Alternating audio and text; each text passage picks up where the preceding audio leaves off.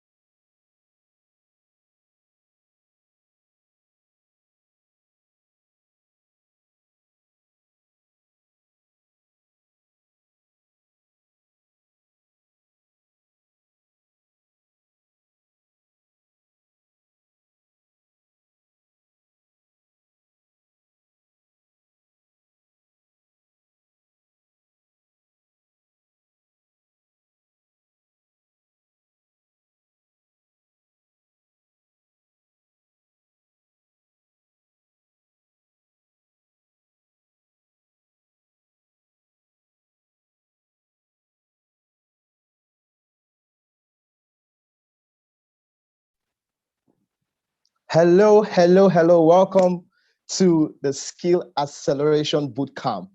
My name is Andre Binereka, and I'm really excited to be here with you at this very edition. So much has been put to make this possible. If you're here, I want to see your fire emoji, your smileys in the comment section. I'll be watching out for them. Welcome, welcome, welcome, David Omolewa, our our facilitator for this very session is already here, guys. Let's see your comments coming in. We have Joyce in the house. We have Mati Lukoro. Grace. If I pronounced that well, please let me know. Yes. Awesome.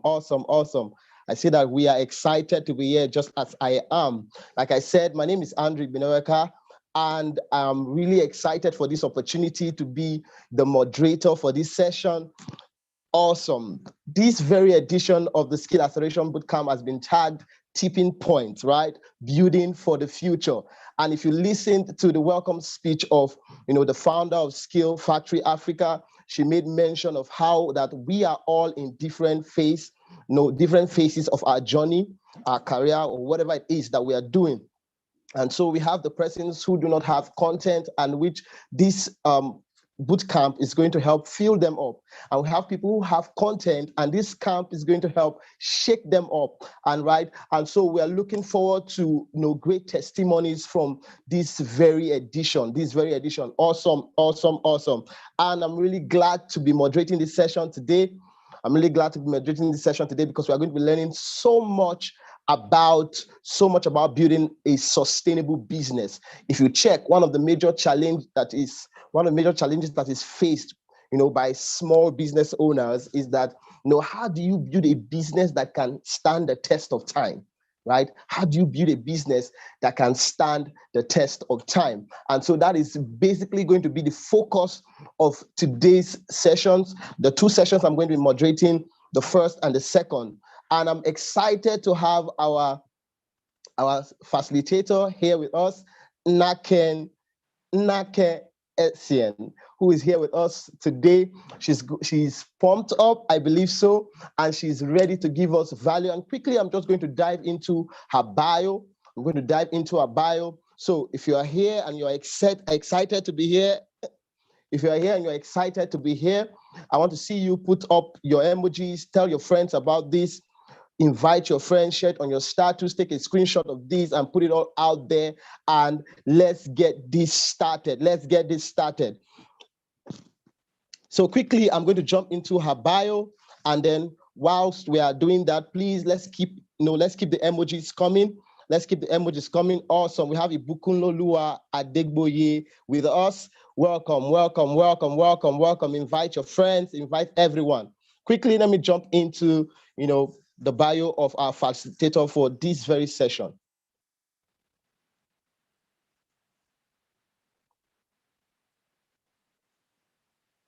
Okay. Now, quickly, I'm just going to briefly, go through the bio and pay attention so that you know what you are getting for free, guys. Pay attention to, the wealth of experience that our facilitator has. Nake Etienne is a business improvement consultant with a vision to transform businesses by the renewal and reintegration of their vision, people, and culture. She is the lead strategist at CISA, an experienced improvement company that has a core focus of building cultural pillars in growth-focused businesses across sub-Saharan Africa and helping businesses reposition for market takeover. Guys, that's what we are here for, to take over, right? A visionary, an innovator, and a gifted conceptual thinker with over 16 years experience as a highly regarded speaker, HR consultant, strategic planner, and a coach to entrepreneurial individuals and groups. Guys, we are in for a whole lot. Nake's strong belief in and committed to transformation of the entrepreneur is evident in all areas of the core advantage transformation system and its successful coaching programs, which works to help successful entrepreneurs eliminate overwhelm, and maintain dominance in their niche. Guys, having worked with startups, consulting firms, multi-subsidiary companies in sectors such as businesses, IT, NGOs, telecommunications, and hundreds of entrepreneurs, Nake has learned over the years the secret of companies maintaining market dominance and resonance despite the flexibility and agility of new market entrants and competition using her VPC framework. Guys, this is a whole lot. This is a whole lot. If you're a starter, you own a business, this is going to profit you. Please, you have to stay to the end of this session. Her works have been showcased on various national newspapers, including Vanguard newspaper, and on platforms such as She Leads Africa, Social Media Week Lagos, Business Day CEO magazine. Guys. Wait, am I the only one excited to be here? Please, I want to see the comments. I want to see the emojis. I want to see the emojis. Guys, put your hands together as we make welcome our facilitator for this very evening. Welcome. It's good to have you. It's good to have you here. Hello, everyone. I hope you can hear me. Thank you so much, Andrew, for that fantastic and brilliant intro. Yes, it's my intro, and I'm always excited to Awesome. but more to come. We're going to add more to it very soon. So I'm super excited to be here. Thank you Thank you very so much. much for the opportunity to discuss today on what we can do to build sustainable businesses. And I like what you pretty much said in terms of creating businesses that can last, creating businesses that can outlive us. Yeah. But I think we need to first of all start from creating businesses that we can get ourselves out of as fast as possible. And we can see that that's not necessarily happening a lot in Nigeria, even though, or even in Yeah. Africa. Even though we have a lot of people who would say, oh, let me teach you how to build structure and processes that can give you some time off of your business, we are finding more and more that it is not happening. And it's not because the CEO doesn't want that to happen. It's not because nobody else wants it to happen, but it's just that there are specific things we are going to be discussing today that will literally start to re-engineer your mind and tell you exactly what to do. So to everyone out here that has been on this platform since yesterday, I really want to commend you. The truth is that when you are committed to something, so when you're committed to something, provisions always come. And provisions is in the form of Yeah. all the facilitators that have come, all the teachers, the facilitators that have come since yesterday. But it is important that as an individual, you are not just a hearer. Please be a doer. And I'm hoping that from yesterday, you found areas within your business that you can start to work on that would help you to build sustainability. Now, when we talk about building systems that last, we are talking about building businesses that live after us. Isn't that what we're talking about? So that means that the first rule of thumb when it comes to building sustainable businesses is that you have to think not of your own interest. Okay? You have to think not of your own interest and focus on the interest of the people you're trying to serve or the people you are out there for. But beyond that, there are several things that we are also going to push out that would help you to identify how to start to build these successes within your business. So let me take you way back a little bit. I grew up in the 80s, and I grew up at the time when we used to have this small children gathering and they tell you stories about, in the Bible, stories of different things like that. And one of the stories really struck me. And that story was the story about the creation story. I'm sure some of us have heard about it before, and not to get into plenty details, but the words that stuck in my head was that the earth was without form. It was without form. It was void and without form. And then the creator came and said, oh, let there be. And there was. And the creator started to see order around the business, or order around the business, so to speak. And then when he started to see order, he's like, okay, no, let's put this on this day. Let's put this on that day. Let's put this on this day. And then before you know what's happening, the place looked a bit orderly. And he decided to bring the main inhabitants, which are human beings, and put them in that structure.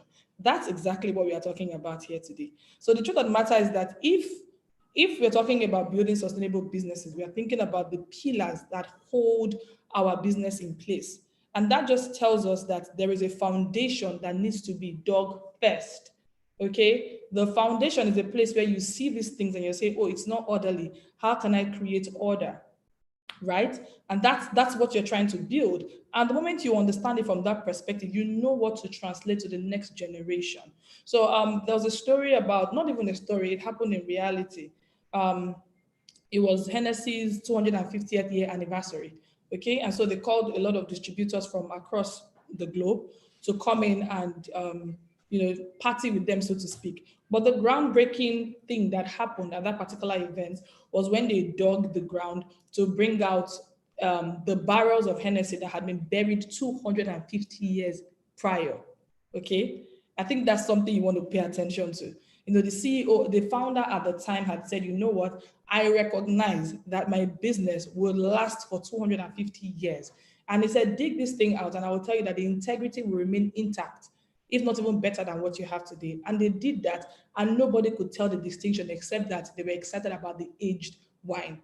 So what does that tell you? It tells you that the first place to start is understanding your core.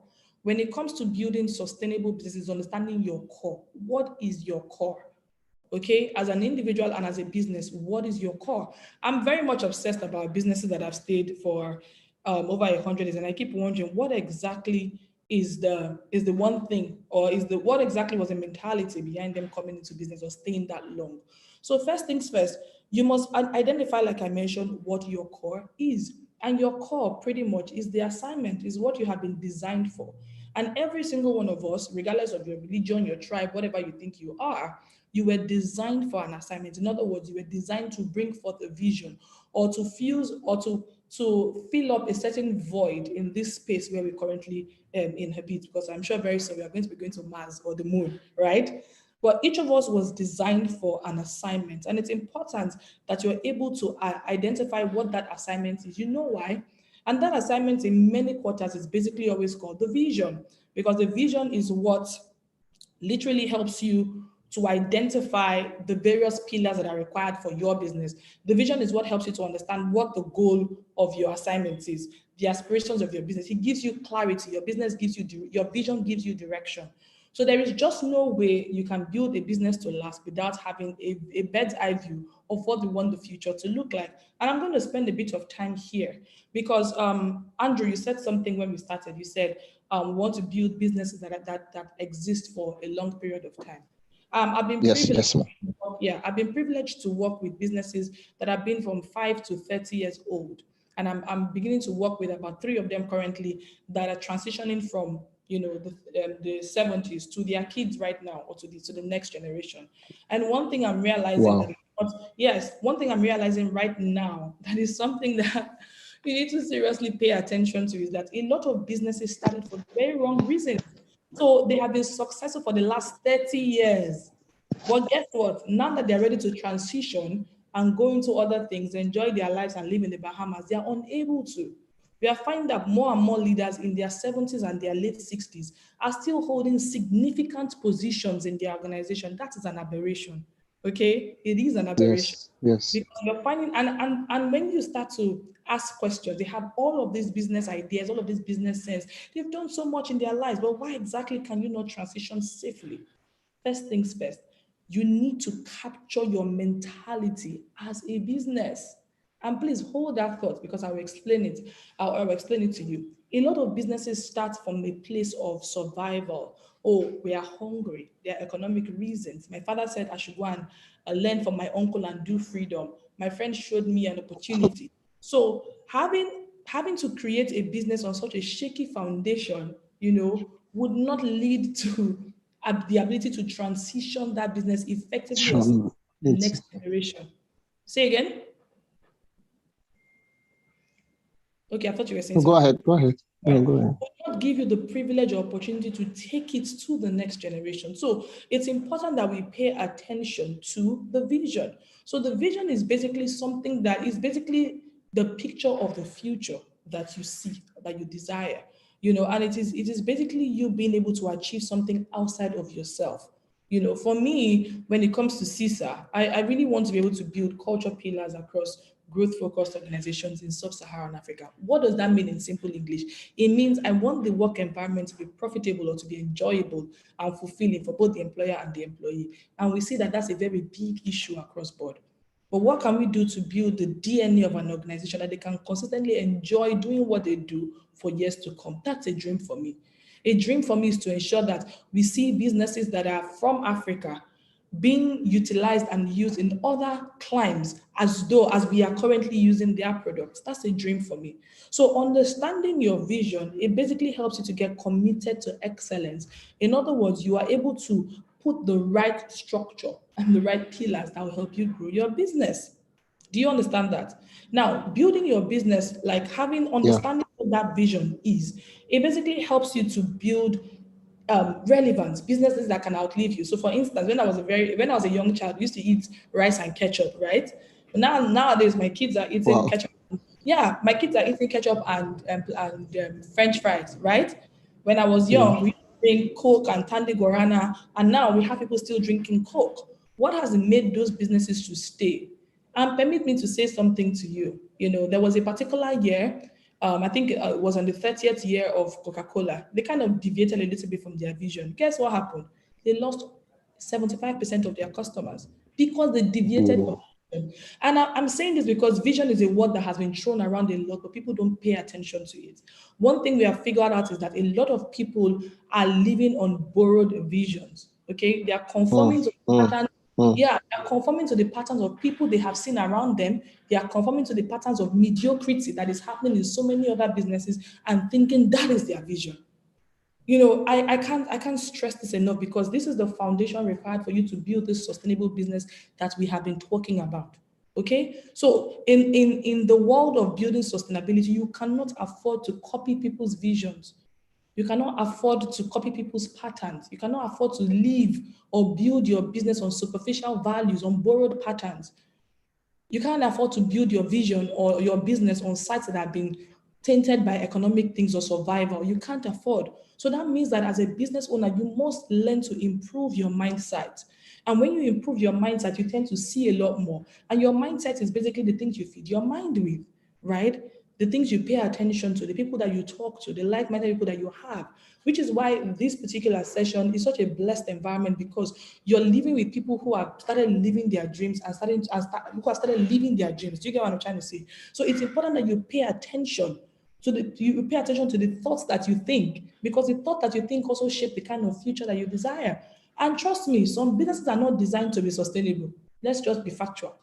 But it can be done, can't it? It can. And that means, firstly, like I mentioned, focus and improve your mindset. When you improve your mindset, you pay attention to the things that excite you. I remember when I came back to Nigeria and I joined some companies, I realized that I was always fighting with my bosses. You know, it was such it was such a heated environment all the time, and I couldn't really explain what it was that I wanted to do.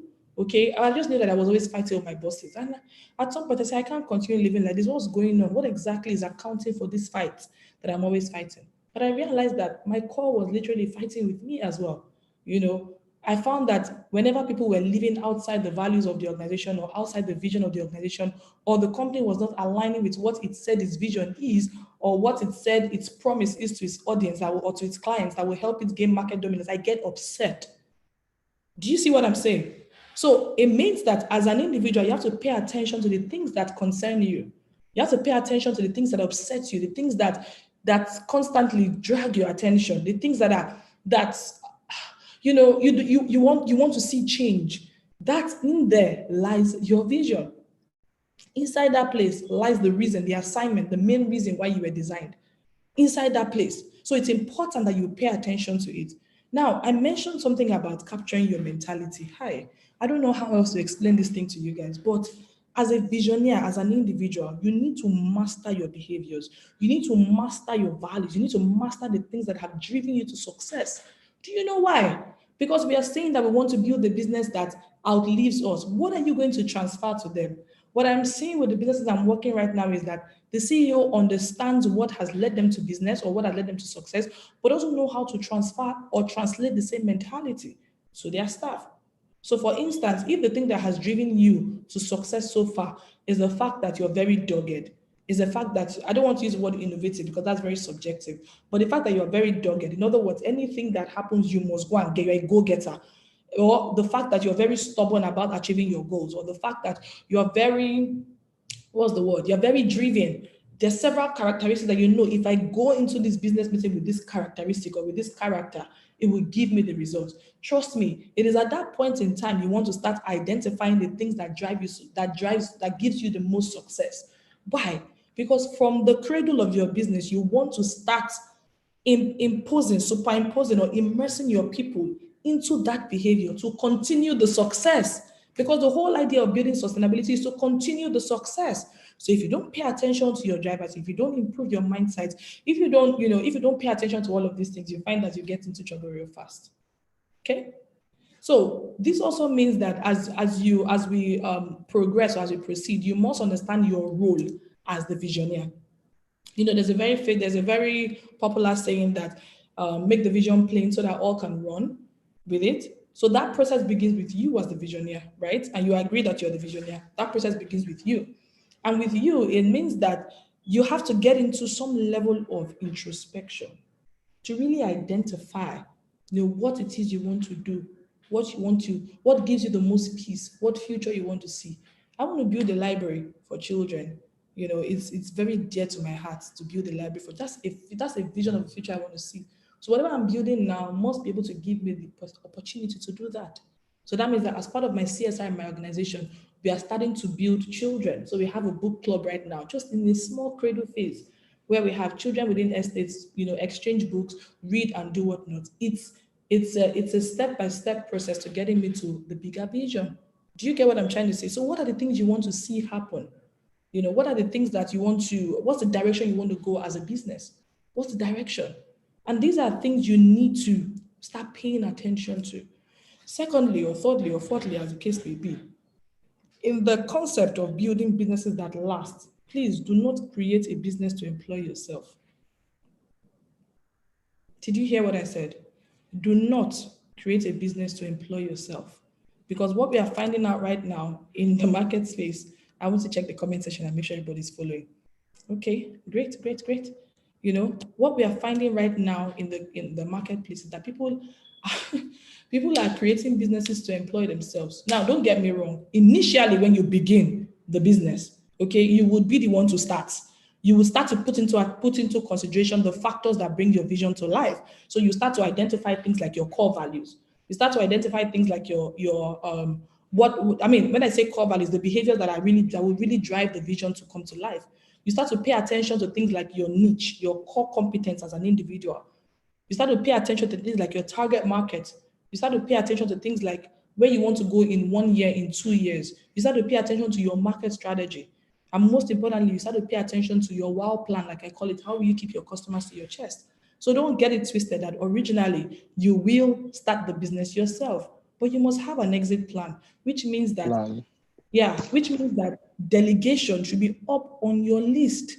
And what can you delegate if you don't pay attention to the behaviors and the mentality that has brought you success thus far? What? Do you understand? So Yeah. the concept of building a business that lasts it really starts from introspection. What activities will help you get there? The truth of the matter is that if you do not understand your vision in this way, you won't be able to make, decisions around the kind of people to hire, the kind of process Can. to get you there, the kind of finances you require, the tech that will get you there, the systems. There will be nothing to help you filter the lens of your direction as a business, and you find that you end up focusing on everything. So you have people a quick example, when I started in the social media space, so to speak, I've been consulting for years. When I literally came online, what I really wanted to do, to be honest, is to what I really wanted to do was to ensure that internal operations uh, was suitable enough to meet the business promise you've given to your audience. That's what I had in mind. So I met a coach, and the coach told me, "Oh, what this is called visibility." So, and I said, "Okay." I started to run with it as somebody who is always very hardworking anyway. So I started to run with it, but I realized that what people were calling visibility was way different from what I was calling visibility, and there was a clash. So you could see that my core, my real self was, pulling me to one side. My coach was pulling me into a certain hole.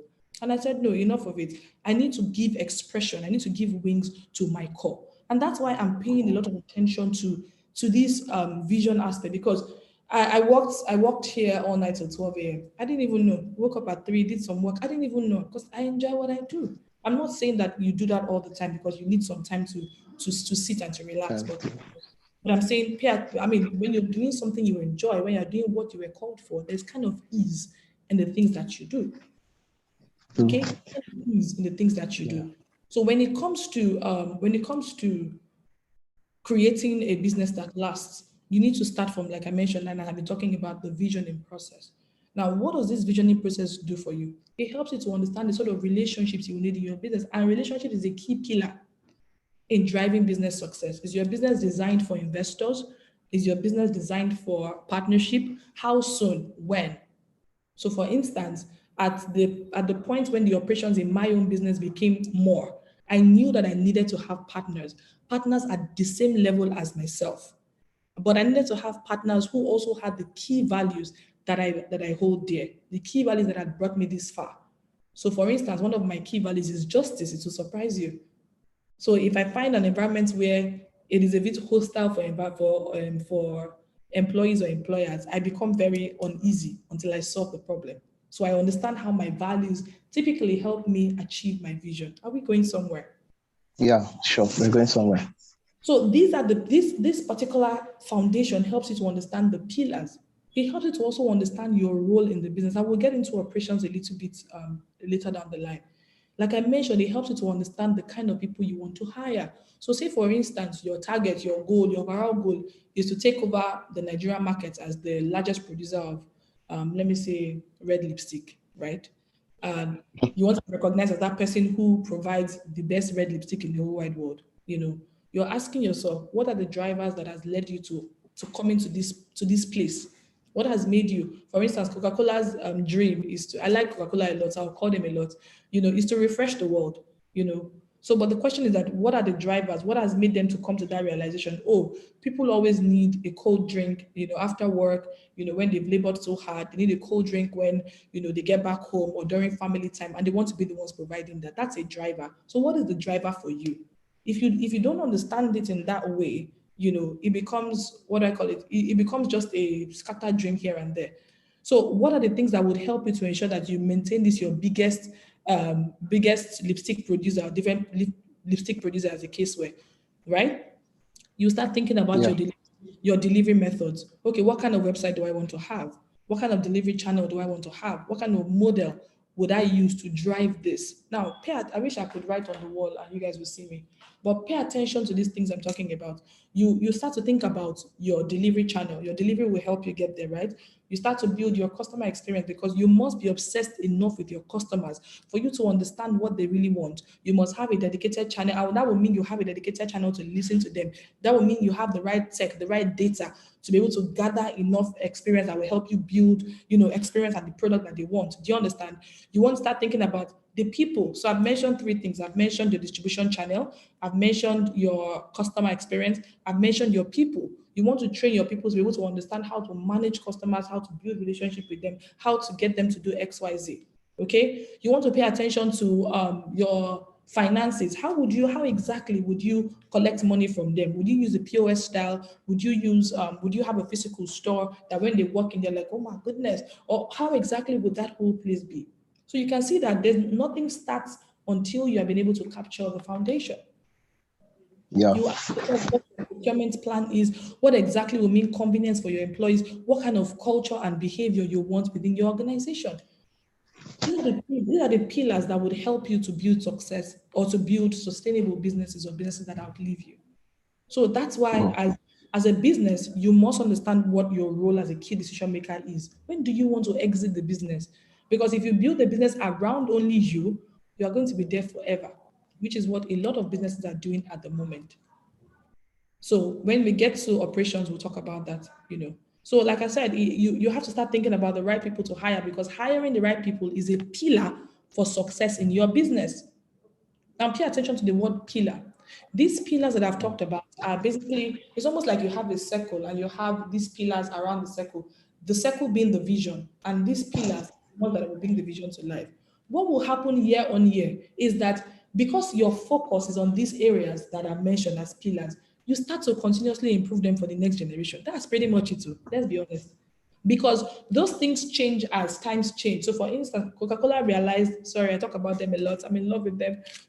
Coca-Cola realized that people have moved from drinking a lot of fizzy drinks to drinking water, or to drinking more healthy options or substances. Their vision, remember, is to refresh the world. Did they stop producing Coke? No. No. What did they do? They bought Dancer water. Dancer, yeah. Dancer. They bought that water. They started creating Five Alive pulp. They started creating illusions of health, but still in the forms of refreshing the world. Refreshing. Stop. It's just to continuously improve as the market changes, as the demands, as the changes in your market size, or your consumer behavior changes. That's what happens. I'm just wondering why we don't know this. I'm sorry. Maybe because I'm very passionate about it. It's so painful to see. A lot of businesses are. I mean, I had a CEO tell me, I wish I could pronounce the name, but I can't tell you the name. But I had a CEO. This guy's about 75 years old. And he said to me, my children cannot inherit my business. It is my driver's children, my gate man's children that would inherit this business. Why? Because hunger was what started this business in the first place. Sorry, I know I'm going koto, but please just stay with me. Hunger was what started his business. And so for him, you have to be hungry to be able to continue the business. But can't we see how faulty that foundation is? Can we not see it? So it's just basically to focus on the core and the pillars. And as time progresses, we start to tweak these areas. Now we've talked about this product. How can you continue improving the product? Do you understand? How can you continue? So for me, the work that we do is across vision, people, and culture. And every time we sit down with an organization to say, you know what, we're going to help you with your HR and business transformation strategy, but our focus will be across vision, people, and culture. Bam. Culture. Wow. It's okay, take the money. How much do you want?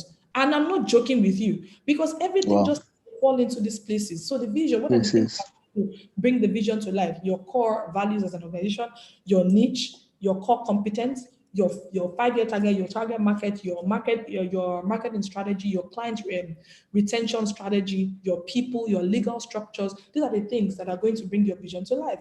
Let's come to the people. What kind of human beings do we want to hire to help us bring this to life? What kind of processes will guide them? What kind of SOPs will guide them? And of course, the culture, the behavior, the mentality that I've been talking about since. Are you hearing me? Yes. When people see that, they are just like, no, that's all we need at this point. So simple, yet so succinct, because that's what we need. So we have talked about this is powerful.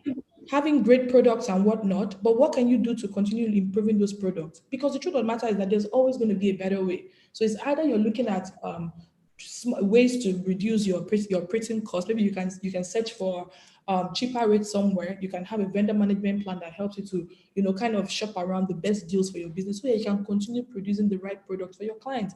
Because without products, you cannot have success, you cannot have profitability. It's as simple as that.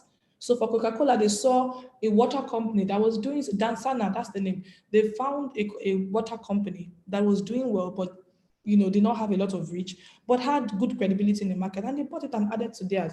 That's good thinking, good product. Joyce. I don't know how many of you know that, but do you understand? Because with a good product, you can stand in the market and tell people of your value proposition, and they will believe you. And again, as I'm saying these things, please be paying attention to the pillars that help you build sustainability, or to build businesses that will last a long time. A strong value proposition. What are you promising me that another person is not doing? What are you, and you see, I mentioned before that you can't borrow people's visions, because the vision drives the value proposition. So the way Coca-Cola sells is way different from the way that Pepsi sells. Their target market might be similar, but they're not the same. Do you understand? Yeah, they're not. So our value propositions differ. How will you go to market? How will you create more awareness for your product? How will you create more conversions that will drive, that will generate revenue for your business? How do you get your products to the market? Most importantly, what are the legal structures that are required that are required to govern your business?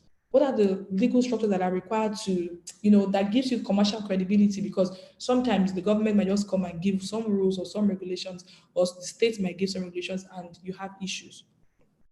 The other thing you consider is human beings and risk. I always tell my clients, the moment you have a human being in front of a business, in front of a process, there's always risks. So the processes that you need to guide your business, corporate governance. I know I'm saying things that are over your head, but just pay attention because as time progresses, these are the things you're going to be putting into your business. Yeah. So the worst time to start thinking about structure is when your operations have started to scale. That's the worst time. Important you pay attention to it from the beginning and then you continuously improve. That's the point I'm trying to make. Because as at that point, you start asking yourself, what are the right tools, technological tools that will help me to scale my business? Because for instance, if you were to be ill and for God forbid you were to be ill and you're in the hospital, will your business stop or will it continue? And that's why paying attention to all of these operations just helps you to be able to build and create high performance, high revenue, and most importantly, a sustainable business with longevity in operations. These are the things you need to pay attention to. So let's get into operations real quick and talk about it. As a small business, what can you do today? As a small business, what can you do today to start to affect your business operations? Excuse me. What can you do today? Please let me take a sip of water. Am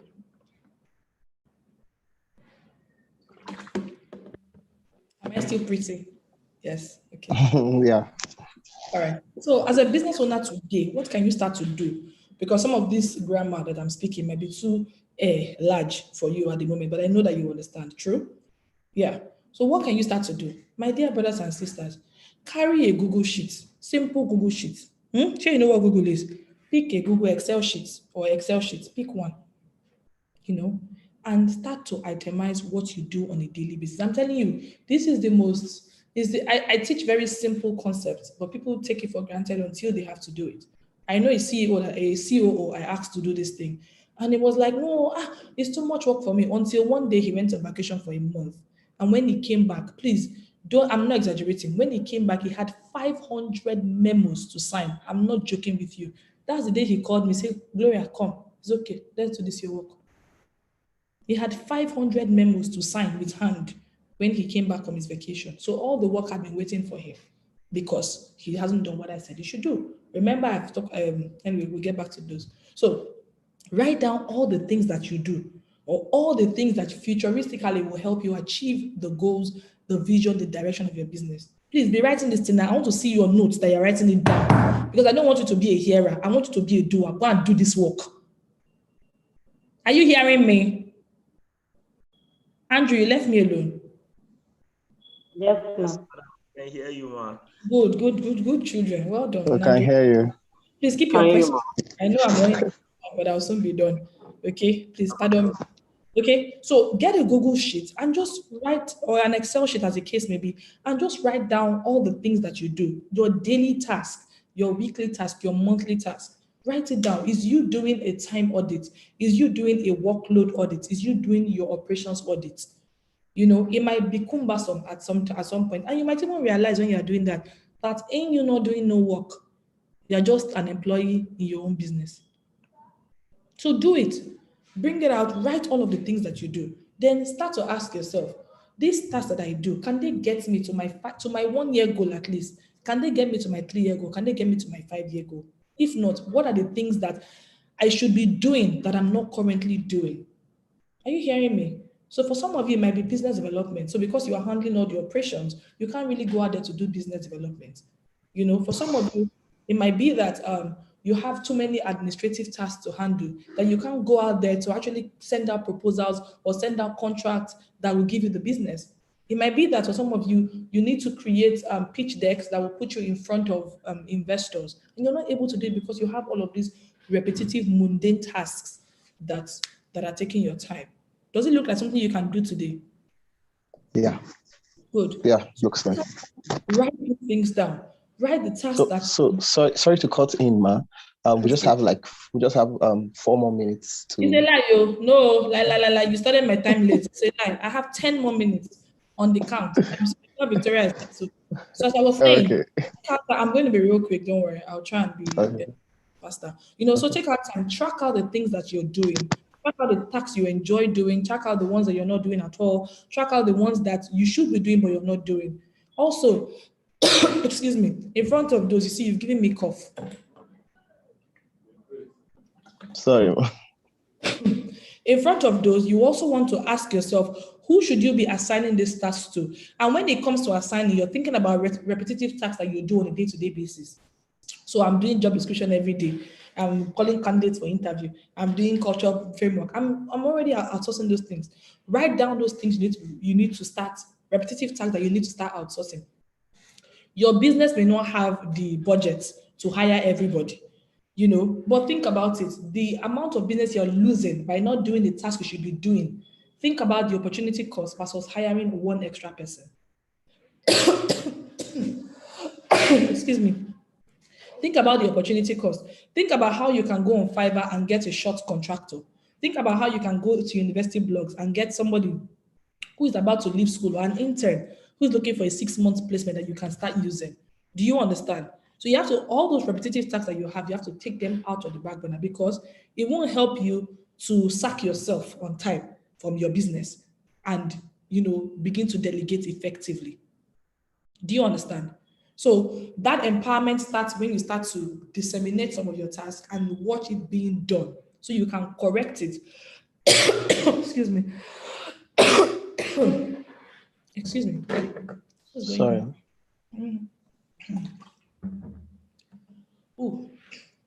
So you can start to correct it, and start to see how it's working and what you need to do to improve on your operations. Okay. So now when you do that, you start to find out that you see all those your process offenders, the things that are stealing your time, the things that are giving you headache and all of that. And the next thing you want to do is that you want to pay attention to your own processes and list them down. This process that we talk about, some people call it SOPs, the standard operating processes and whatnot. And it's very simple. First question you want to ask yourself is write down these 5 things. What, why, how, when. What, why, how, when. What exactly is the reason why we are doing this process? Maybe it is how to onboard a new client. Why do you need it? You need a smooth onboarding process because you want your clients to stay with you. Abi? So that reduces the amount of attrition you have in terms of your clients and keeps money in the business. How are you going to make sure that you do that to onboard your clients? You have to pay attention to that. How will you know when it is complete? It's complete when the client has said, oh, yay, I'm excited, when they paid all the money and all of that has happened. Now, what assets do you need to make that a reality? Maybe you collect a feedback form from your clients, you collect whatnot, you collect this, you collect that. Okay, that already you have created your process flow. And like I said, the only thing remaining is to keep improving it from time to time. The other thing you want to pay attention to is managing performance. Remember, I told you, you delegate your work to watch it and see how it performs, but you need to track the performance. So what is important in your business? You need to start tracking the right KPIs. You need to start tracking process and project status. I can see you running around. Project status, deadlines, critical things that are giving you revenue growth and things like that. So that helps you to create, a structure that can be built on for the next generation, for generations to come. Another thing that you want to quickly pay attention to is that you want to benchmark with probably other organizations, other companies within your niche. I'm not saying copy, I'm saying benchmark. Benchmark to understand, okay, what's the structure of the organization? Is it flat structure? What has worked for them? What is my benchmark coming to say, okay, in the next 5 years, if I achieve X, Y, Z, I'll know that I'm on the ranks. So just to close in conclusion, there's a lot that we need to see, but I hope that this assignment will help you a little bit to be able to track your operations and put things in perspective. So what we are saying in essence is that for you to be able to build a business that outlives you, first of all, it begins from understanding your vision and mapping your vision effectively.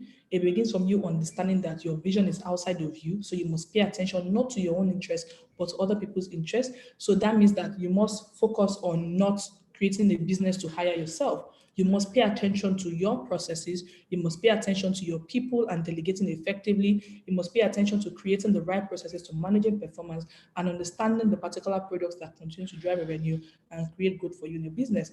You must learn to cut waste, but at the same time, you must learn to ensure that there's sustainability within your business.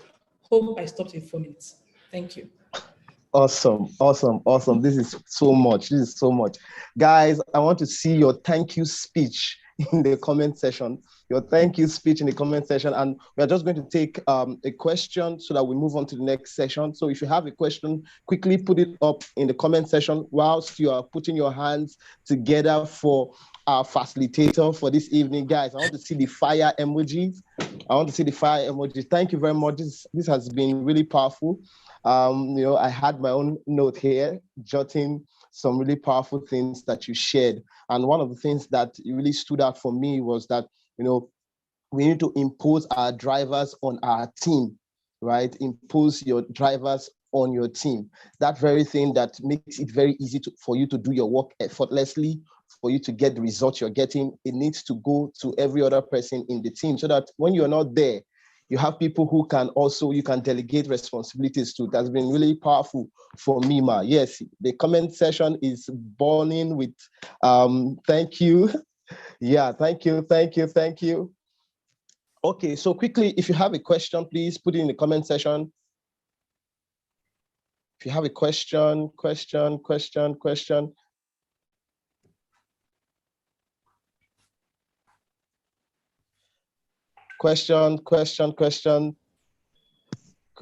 So you're telling me now that you understand all that she has said, because I don't see any question. Please do not go anywhere.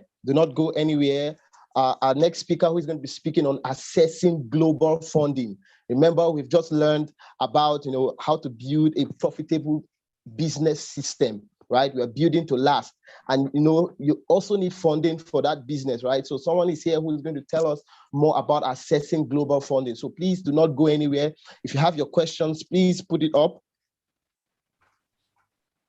Okay, so we have one question. We're just going to take that. Okay. Okay, awesome. I think what she's already putting up has answered your question already. And so we are going to move. Okay, so just sorry to cut you, Andrew. Let me just quickly answer. No problem. So in a new and growing business where it's just you running the entire operations, and you don't have staff yet, the truth of the matter is that you need to pay attention to what brings in money, what brings in revenue, what grows your business, and what would make people to know about your business. The whole idea for you is to grow a business that outlives you, right? So if people don't know about it, how exactly do you want to outlive? So you can partner with somebody in your space to have a joint staff. You hear of organizations that say, oh, we are a group, we are a subsidiary. What they are really telling you is that they are sharing resources. So you have one HR manager. In one of my jobs, I was a HR manager for 12 subsidiaries. So it was just joint. Well, yeah. So you can have people within your space where you have joint operations or a joint individual or joint resource that can provide you the same service. But anything that you keep repeating, it takes your time. So I'll be doing job description, I'll be sending letter, I'll be doing admin, I'll be sending query. That's just too much work. So outsource it. And like I said, there are various people you can outsource to. Right? Internship, IT students, NYC people, and having joint operations, that will just help you. But pay attention to your daily operations and find out the things that are stealing your time, and whatnot. So yeah, that's it. Awesome. Thank you very much. Thank you very much. This has been really enlightening for me. Yeah, it has really been enlightening for me. I look forward to connecting with you on social media platforms. Please, guys, let's search for our facilitator on Instagram, and let's send our feedbacks to our facilitator. The moderator for the next session is here already, Carissa Eria. I'll be making her welcoming her to the stadium. Yes, and so guys, please let's connect with her on social media. And let's send our feedbacks to her. You have questions, you can also ask your questions. Yeah. So thank you very much for your time. God bless you for this amazing. This is so much. Nice selfies. Victoria Noana, our founder, is in the house, guys. So quickly, as our facilitator takes her leave, guys, let's keep sending in the thank you in the comment section. We love you, Ma. We look forward to connecting with you, and God bless you. Over to you, Carissa Eria. Take us away. Good evening, everybody. So good to be here. Yeah, so good to be here too. Our facilitator is already here. Talk about practical tools for building a future. tipping point. So good. And right about now, we are having Carlos Sentis speak to us. Carlos Sentis is a social entrepreneur, consultant, and lecturer on impact innovation, education, communication, social impact, and international relations with about 14 years of working experience. He has lectured in 16 different universities and business schools, and it's just such an honor to have him teach us today. Because when we're talking about building for the future, many times the constraints we have is access to funds and opportunities. So Carlos Sentis will be with us tonight, and he's going to be teaching us how to assess funding and global opportunities for your business. I know we have had an amazing time for the past sessions, but you really need to put on your seatbelt because this is going to be a really wild ride. So with the clapping ovation, let us make welcome no other person but Carlos Sentis for some. Come on! Welcome, Carlos. Thank you so much, guys. You're fantastic. I'm so happy to be here. Thank you so much, sir. Such a delight to have you. You guys are doing a fantastic job. Thank you so much for everything you're doing for Africa. I think that is spot on. We need to focus on skills, and this is a wonderful location. And I think that everybody is enjoying very much the sessions. So really happy to be here. Thank you so much, sir. We're so happy and we're so glad to have you. So we have about 45 minutes for this session, and we're handing over to you already. Thank you so much. Wonderful. So thank you very much for being here. I am excited beyond belief because I think that education, skills, knowledge, strategy is the most important tool that we have to grow. And especially in these difficult times that we're facing difficult challenges, we need these skills, this vision, and I think that everybody is learning a lot today. I hope that I can live up to the expectations. I'm going to do my best to provide value to you. And I think that the most important thing is that we do a conversation. So if possible, I would like to spend the whole time just doing Q&A. If you have any questions already or later, just go throw them, and hopefully even the moderator or maybe I can keep checking the chat because I want to be answering to your questions. I think it's much more meaningful if we know what you guys are thinking and we can adapt to what you care about the most. And with that being said, I'm just going to start throwing ideas, and I hope that they are useful. I don't know everything about you guys, and if it was a physical interaction, it would be better because I would see your faces and I would be able to also ask you more questions. But what I'm going to assume is that you're all people that want to grow, that want to achieve ambitious goals, and that you're looking for new resources and tools. And I'm just going to try to share what has been useful in my career. I've been working for many companies and institutions.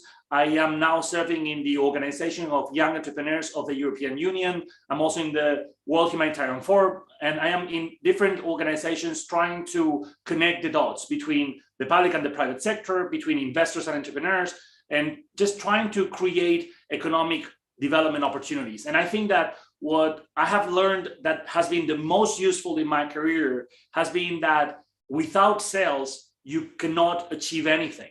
And many times we are talking about fancy business plans or tech startups or even raising funds. But the reality is that at the end of the day, whatever business you're going to work on is going to be dependent on your capacity to sell.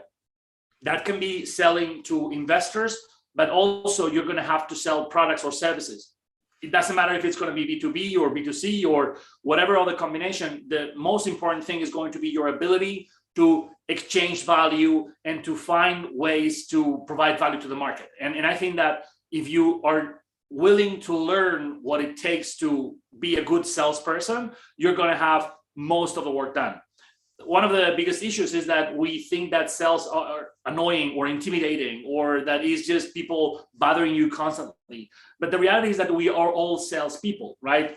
When you see a kid asking for a candy, that is a salesperson in action. Same thing that when you're trying to go to watch the movie that you want instead of the movie that your girlfriend or boyfriend wants, that is selling as well. Every time you're asking for a job or asking for support, in any situation in life, you're actually either selling or being sold. And it is important to know the dynamics so you are in control of the process. And I just started directly with this because I didn't know when I started my career. And so I just thought that with a good brand, with good marketing, just simply by having good ideas and good models, I would just match the demand of the market and will, grow. And what happened was that I spent, I think was more than 2 years without a single client. And I just thought that they would come because our ideas were amazing and what we were doing was fantastic, right? So what really changed the game for me was when I realized that you need to sell proactively and that you are the salesperson in chief of your organization. It doesn't matter if you have a team of salespeople or not, affiliates, partners, whatever distributor, it is okay. But at the end of the day, if you're not selling, you're out of the game.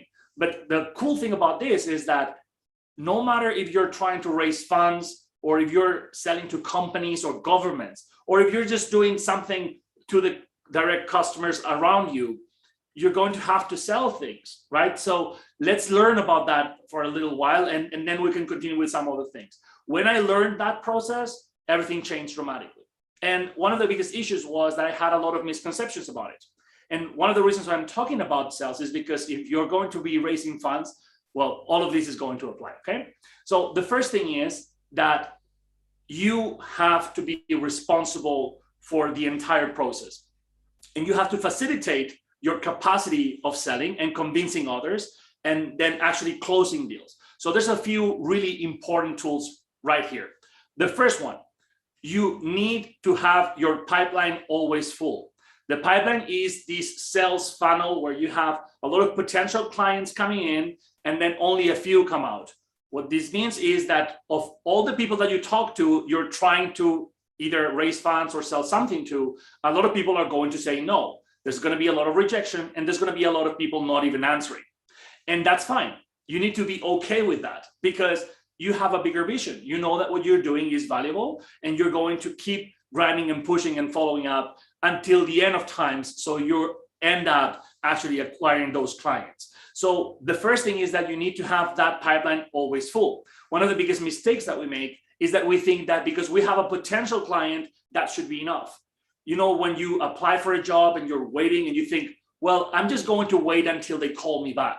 Or you're waiting for some opportunity to come and you just have one option and you wait for 1 or 2 months and then it doesn't come out. And what happens is that you wasted that time and you get devastated and you don't even know how to move forward. So how to deal with this is by having plenty of potential clients. You have to always be bringing more potential prospects to the funnel. So even if there's a lot of people that are going to not end up going out of the funnel, at least you know that with the numbers, what normally happens is more or less 10%, 3% of the potential clients end up becoming clients. So if you're looking for investment for your startup, then you should consider the idea that you're going to be talking to 100 investors, not 10 investors or 2 investors. And that's a huge mistake that we always make. So the first thing is that you go for way more potential clients than you thought before, and that even if you have opportunities and things are going forward, you still continue opening more doors because you are always going to be in need of more open doors. If it's not because of that direct collaboration in the short term, it can be for something that may happen in the future. So you need open doors and you need to keep expanding and prospecting. Okay, so the first thing I think is clear, we need to go and be very ambitious about our goals in the long term. I think the previous speaker was talking about the importance of having a vision and knowing where you're going. But now, knowing where you're going, you know that there's people that you have to sell to. And if you don't know who those people are, then you have to think about it. What is that you're going to be selling? What is that you're going to be trying to accomplish, right? So there's going to be a very important decision on who is your ideal customer, your ideal partner. And for this, you have to be careful because many times we just think, whoever is valid, but the reality is that is not the case. You have to think very carefully, what type of clients do you want? Again, organizations or individuals? Are we talking people in a specific location? Are we talking specific demographic? Who are you targeting? If you're talking to investors, there's different types of investors that are only going to invest in very specific companies. Sometimes it's only tech. So if you don't have tech, you're out. Sometimes it's tech, but it has to be in a specific vertical. So if you're not in that vertical, you're out. Sometimes they're investing in a specific development stage, which means that if you don't have the product already, the MVP, if you don't have something working, if you don't have, for example, a previous round of investment, or if you don't have a lead investor already confirmed, they're not going to jump in. So again, you have to do a lot of work to try to understand who you are targeting, who is your ideal investor, who is your ideal partner.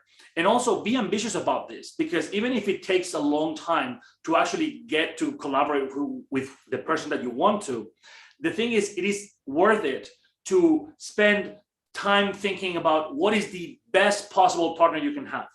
Because in my experience, you can actually accomplish way more than what you think and get exactly the type of partners that you want if you push for long enough. And if you are willing to make the sacrifice and understand that it's going to take a long time, if you're going forward and you keep opening doors and you keep providing value, even sometimes for free, you just keep going, at some point you're going to be able to close that specific client that you're looking for. And if not exactly that one, is going to be someone very similar. So an example of that is that in my case, I have always wanted to create a big impact in the world. And so from the beginning of my career, I thought that in order to do that, I needed to collaborate with large companies and institutions. But the problem is that in order to collaborate with them, they always ask you for track record with those kind of clients. So in the beginning, it was very difficult. But what I did was I kind of hacked it by working for free for large companies. So other large companies would trust us. So now we have, fast forward 10 years, we have worked with 130 large companies, institutions, and governments. And so I had to hack it. And it took like 3 years. 2 years that I didn't know that I had to sell, so I was out. And then 1 year just to try to start getting those kind of clients. But at the end of the day, what happened was that I have been working with the types of organizations that were key to our future plans. So companies like L'Oreal or governments of different countries and institutions of all kinds that were instrumental and relevant for our future plans, that we were able to provide some value to. Small things, big things, but knowing exactly that we were going for those allowed us to go to specific types of events, talk to specific types of people, and adapt our services or our business model so we were valuable to them. So again, you need to know, sometimes you're going to be just targeting small clients. It doesn't really matter what you're selling or what you're doing. It's more that you have to figure what is the right target. And one of the things that is also very important in sales is aiming for the right amount of money, because many times when you're starting, you don't have a lot of resources. And so for you, anything seems like a lot of money. And when you're asking, sometimes you're asking for way less than what you should be asking for. And many times, depending on who you're talking to, asking for one extra zero is not even relevant. Many times you're talking to investors that you're saying, I am looking for, let's say, $10,000. And maybe you could be asking for $100,000 if the model was right. And if the same person is just simply that your own insecurity or your own lack of experience makes you think that you're not worth that much money, or that you're not going to be able to close that much money. But if the product makes sense, if the project makes sense, if the business makes sense, investors or clients will be happy to collaborate with you if you're able to make sense of it. Okay, so if you know who you're targeting and you are able to at least understand that you have the responsibility of always bringing more potential clients, then there's something absolutely fundamental that most people don't know. And I didn't know this neither, which is that 90% of the sales are going to happen after the 8th or 9th follow-up. So what this means is that if you don't keep pushing, if you just, let's say, talk to a potential client and say, hey, I want to offer this. Investor, hey, I want you to invest in our project. And you just do that and you say, well, I did my part, right? I already shared whatever had to be shared. And so if they want something, they will come back. They told me they would come back. So I'm just going to wait. What's going to happen almost 100% of the times is that they're not going to come back, or they come back and they just say no. And so when people say no, you have two potential attitudes. One saying, great, they said no, so you know what, I have to look for other clients, or maybe the problem is my project or my offering, or maybe the problem is me, maybe I should just give up and just look for a job. Okay, that's one way to go about it. The other one is the one that I suggest to you, is they said no because they don't know enough about us, they don't trust us yet, they don't know enough about the offering, they don't know how much we're going to commit to provide value to them. And quite honestly, they say no because they are defending themselves from attacks in many ways, because everybody's trying to sell them something. But the fact of the matter is that if you believe in what you're doing, the only way to actually provide value to them, the only way to help them, is if you convince them that whatever you're doing is valuable for them.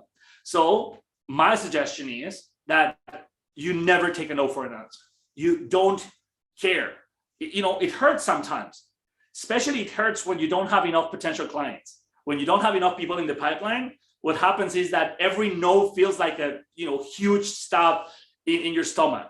But when you have a lot of options, you know that if it's not this one, it will be the next one. And if it's not now, it will be in the future, because it's a matter of numbers. And so if you're able to have options, you feel much more confident. And so what's going to happen is that when they say no, you go back and say, thank you very much for your answer. I am very happy to be connected. I really appreciate you taking the time to respond. Actually, we are absolutely convinced that this can be very valuable for you. And I know that you're very busy, but maybe I can talk to your team or to you, or I can share something or demonstrate it, or maybe I can come back in 1 month, or what is exactly that I would need to have in order to convince you to work together. You just keep going. It doesn't really matter what you say. It's just the concept of never giving up, because they don't know so much about your product yet. For example, you send an email. You think they're going to see all the documents? They're going to see everything you wrote, all the beautiful things that you designed? No, they're not going to even open most of the cases, right? People don't have time. So you have to do your best to give your pitch in 10 seconds, and then maybe if you have more time, 1 minute, and then maybe 20 minutes, and maybe you have more time. But normally you don't have enough time to explain your things. And if you have a lot of time to explain whatever you're pushing, is that probably these people are not your potential clients, or if they are very interested, then great, but many times it's not so easy. So what I would suggest is, again, that you understand that it's going to take 8, 9, 10, even 15 follow-ups over the course of weeks, months, or even years until you close that client. And it's fine. There's been situations that I have done, I don't know how many dozens of follow-ups to the same potential client. And if it's not a direct follow-up, it's just that you keep in touch with them. And sometimes you help them. And when you find something that can be interesting for them, you go back to them. And so it's just you keep connecting with them. You keep there. So you make sure that if there's any possibility at all, that they are going to know that you're there. They're going to remember you. And every time they're going to know more, and they're going to trust you more, and they're going to see that you're a trustworthy person. Okay. So if you do that, I guarantee you're going to be able to close much, much more. And one of the things that I believe is also very important about these things that I'm talking about is that not only this is important if you are selling products or services, or if you're building a company or asking for investment.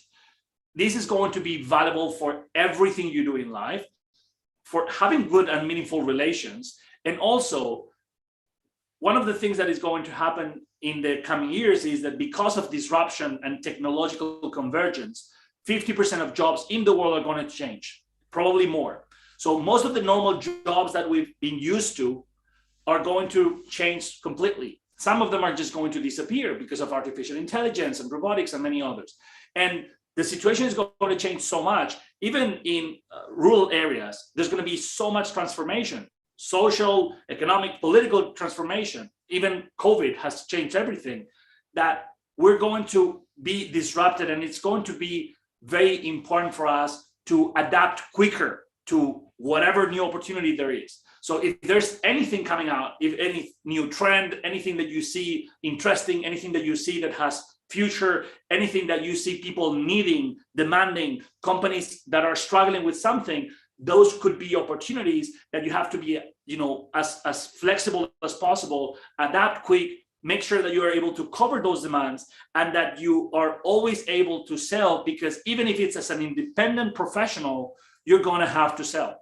If you want to find jobs or clients for your services, you're going to have to talk to people and convince them, okay? So all of that, I think, is really, really important. But if you don't close the deal, you don't have money yet. You don't have anything yet. And from a promise to an actual deal, there's also a big, a huge distance. And it's important that you acquire the right skills to close deals, because it takes a little bit of courage, and it is a little bit uncomfortable to ask questions like, okay, do you want to do the project or not? Or do you like our initiative or not? Is there any reason why you wouldn't do this with us? We would like to close the deal because we would like to partner with you and not with others. And it is important that we do it now because there's a need in the market now, and it's going to be worse of an opportunity in the coming months or in the coming years or whatever it is. You need to create a sense of urgency, and you need to ask the tough questions. And in order to do that, you are always inevitably going to have a stage, especially in B2B, especially asking for investment. You're always going to have this need of presentation decks, whatever information about your company, project, idea, initiative, whatever it is, but also proposals. It's going to be fundamental. You cannot close anything without an actual proposal.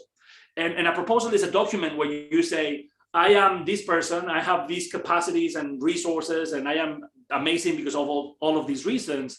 I see that there is a need or an opportunity for you if you work with us, and these are all the things that we can do for you. These are the ways we envision our collaboration, benefits that we can provide, goals of that collaboration, timeline, process, operations, needs, budget, anything you can put that is not a business plan. It is a proposal. It is not what our plans are in the future. It's more, why should you invest in us? Why should you sponsor us? Why should you hire us or partner? Whatever you're asking for has to be very clear, very specific, and direct to the point. And you have to see what are all the reasons you can provide to make sure that they understand that you are valuable to them. And sometimes there's things of the business plan that can be there, but my recommendation is not to even have a business plan. I don't believe in business plans. First of all, because they're a lie. You do a business plan, you say in 3 years we're going to be doing whatever, but the reality is that that's probably not going to be the case because things are going to change, right? So you can see the future. You may be either too optimistic or too pessimistic. It doesn't matter. So my point is, if you're good at presentations and proposals, and you keep introducing proposals to your potential clients or investors, you're going to have great opportunities, and it is the only way to actually close things. You can say, no, I already spoke to him and he didn't come back. Again, you always have to go to the next stage, okay? So you go from not knowing who you're targeting to knowing who you're targeting, from not knowing the person to knowing the person. That person doesn't know what you offer and what you're proposing, so you tell them. And then you try to get a meeting and you try to present things in detail. And then you do the proposal. And then they don't answer. And you go back and you go back and you go back. And then you have the possibility of actually closing. If they don't answer, you can ask them the question. Like, I would like to do business with you. Is it okay? Do you like the proposal? Anything that I have to change? But that moment is absolutely vital. Okay. And if you are expecting that just by having conversations with people, you're going to be able to close, it is almost impossible. Sometimes it happens, but it has to be that you are talking to a really, really close friend. But in any case, they're going to need an email with some information. Everybody needs an email with information and a document. So just be prepared for that, and be prepared for that as soon as possible. I think that those are really important things. So I don't know how much I have spent already, but I would like to answer questions if there are any.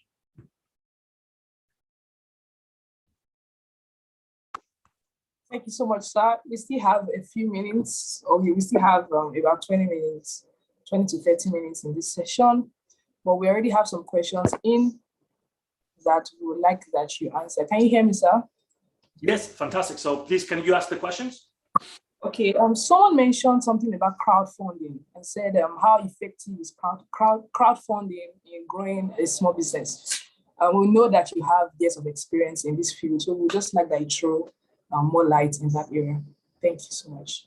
Great. So what I would do with crowdfunding, first of all, one of the most important things is that you have something incredibly interesting and appealing to the community, right? So because crowdfunding works because people see the value of that particular product, service, innovation, whatever it is, they would really love to have that, and that's why they fund it and they invest in it. So you have to make sure that what you're doing is something that is crowdfundable.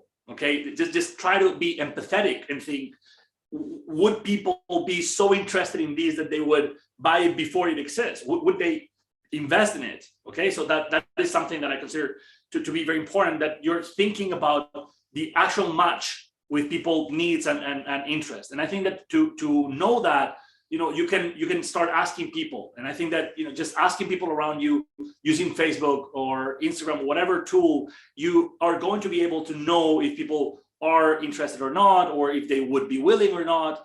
And I would say that a very, very important thing also for crowdfunding is that you start also with some wins. And in order to win, you have to do sales as well. So just because we are always trying to avoid the actual fundraising and sales does not mean that you should not do it. And please don't think that I'm obsessed with sales. I just know that it's absolutely vital, okay? So what I'm saying here is you create your concept and you ask as many people as possible. But while you're asking, if you already have the crowdfunding campaign and you have it up and running, while you're asking, you can say, by the way, I have this super mega special offer. If you can fund with whatever, I'm going to just do anything for you. I'm going to help you. I'm going to do, I'm going to customize it. I'm going to just be incredible to you forever if you can help me now that it's the beginning of the campaign. And you talk to as many people as possible so you get as many people investing as possible directly, not because there's a website and you just wait there and things are going to come, because many times people just expect that websites are going to be visited by millions of people that are going to be willing to pay whatever they see. What happens is there's billions of websites, and there's many crowdfunding websites as well. And in every website, there's a ton of projects, and everybody that browses just maybe checks and they don't always put money. And so just the idea that because something is there, because you create a website or you put it on the crowdfunding page, that you're going to get a lot of people there. It is not the normal outcome. What the normal outcome is in general in crowdfunding or just creating a website from scratch without knowing much about marketing, what normally happens is that you're super excited, you do everything you can to make it good, you put it up, and then no one goes there. Okay, that's the problem, because getting traffic, getting users, getting people to actually transact is very, very difficult. Okay, so this does not mean that it is not possible. This means that you have to make sure that people know about this campaign. In order to know about the campaign, you have to push it directly to people that could potentially invest, plus do as much communication and marketing as you can so people get to see the campaign and they may or may not invest. Okay, so I'm not even talking here about what is the product or the service. Hopefully it matches demands from the market and interest from the market. I'm not talking about graphic design and beautiful video and storytelling and everything that we can talk if you want about it, but that is a given, because if you're expecting people to pay for something that doesn't exist, you have to sell them their vision, right? That vision of what it can be to have that in their lives. That has to be very clear, very powerful, very well explained, and very interesting, okay? So, okay, we have a good crowdfunding campaign, and then you go and talk to every person you can, physically and online. You go LinkedIn, Facebook, you go to events, you go to your community, anywhere you can find anybody that could potentially be an investor in that thing because it is the right match, you should be talking to, regardless of the success or not success of the campaign. It doesn't matter. You have to keep pushing, okay? So good campaign and good product, selling so you have as many investors in the beginning as possible, because there's this effect that is it's called the bandwagon effect in politics, and it's just the fact that we humans are like sheep, and if you see something succeeding, we are more willing to invest. If we see that their crowdfunding has nothing yet, then we just don't think it's going to be worth it. So the more success the campaign has, the more people are willing to invest. So that's a problem, because the beginning is more difficult, and then whenever it works very well. So we need to hack the problem in the beginning, okay? And so the product, the crowdfunding campaign in itself, the personal push that you're going to be doing, and then, you know, as much social media as you can, as much you know, whatever resources you have of doing communication, media, you know, I don't know if you guys know about media communications and all the things that you can do to actually promote something. I can talk about that if you're interested, but by default, just expect that whatever you do is going to have zero interest from people. People are not going to care. People are not going to do an effort to go see. Just expect that. I think the best thing you can do in business in general and in your career is have zero expectations, be very ambitious with the goal, be very clear in a long-term vision of what you would like yourself to be and to achieve, and what would you like to do in the future, and make sure that you're talking to enough people for long enough, providing value as long as you need to get to that situation. In my experience, it's a matter of years, and people think that projects is a matter normally of, you know, months, and they think if something is good, it's going to grow really quickly. It is very rare that that is the case. And even the super mega companies, unicorns that we see all over the place, even those that get, you know, a lot of attention and they grow really rapidly, most of them are companies that have been there for a long time, or people that have been working on that for a very long time in the shadows, and then they change the brand and suddenly it seems like it's a new thing, but it was not. So don't think that because there's some news of some, you know, billionaires that made it because of crypto or whatever fintech they created and suddenly they exploded. That is not the normal way to go. The best thing we can do is do everything we can to, you know, reach the level that we want, put all in our power so we have good products, services, good company, good branding, good relations. We do everything to do things well, but just not expecting that things are going to be easy at all, because they will not be easy. And it's going to take years. But if you spend years working on whatever campaign, crowdfunding or elsewhere, it's going to, I am absolutely sure that you're going to be able to achieve what you want. Because if you don't achieve what you want specifically in that particular campaign, you're going to see what people are demanding, and maybe you can change a little bit, or you can iterate, or you can find other demands, or you get so many contacts that you're able to do something else.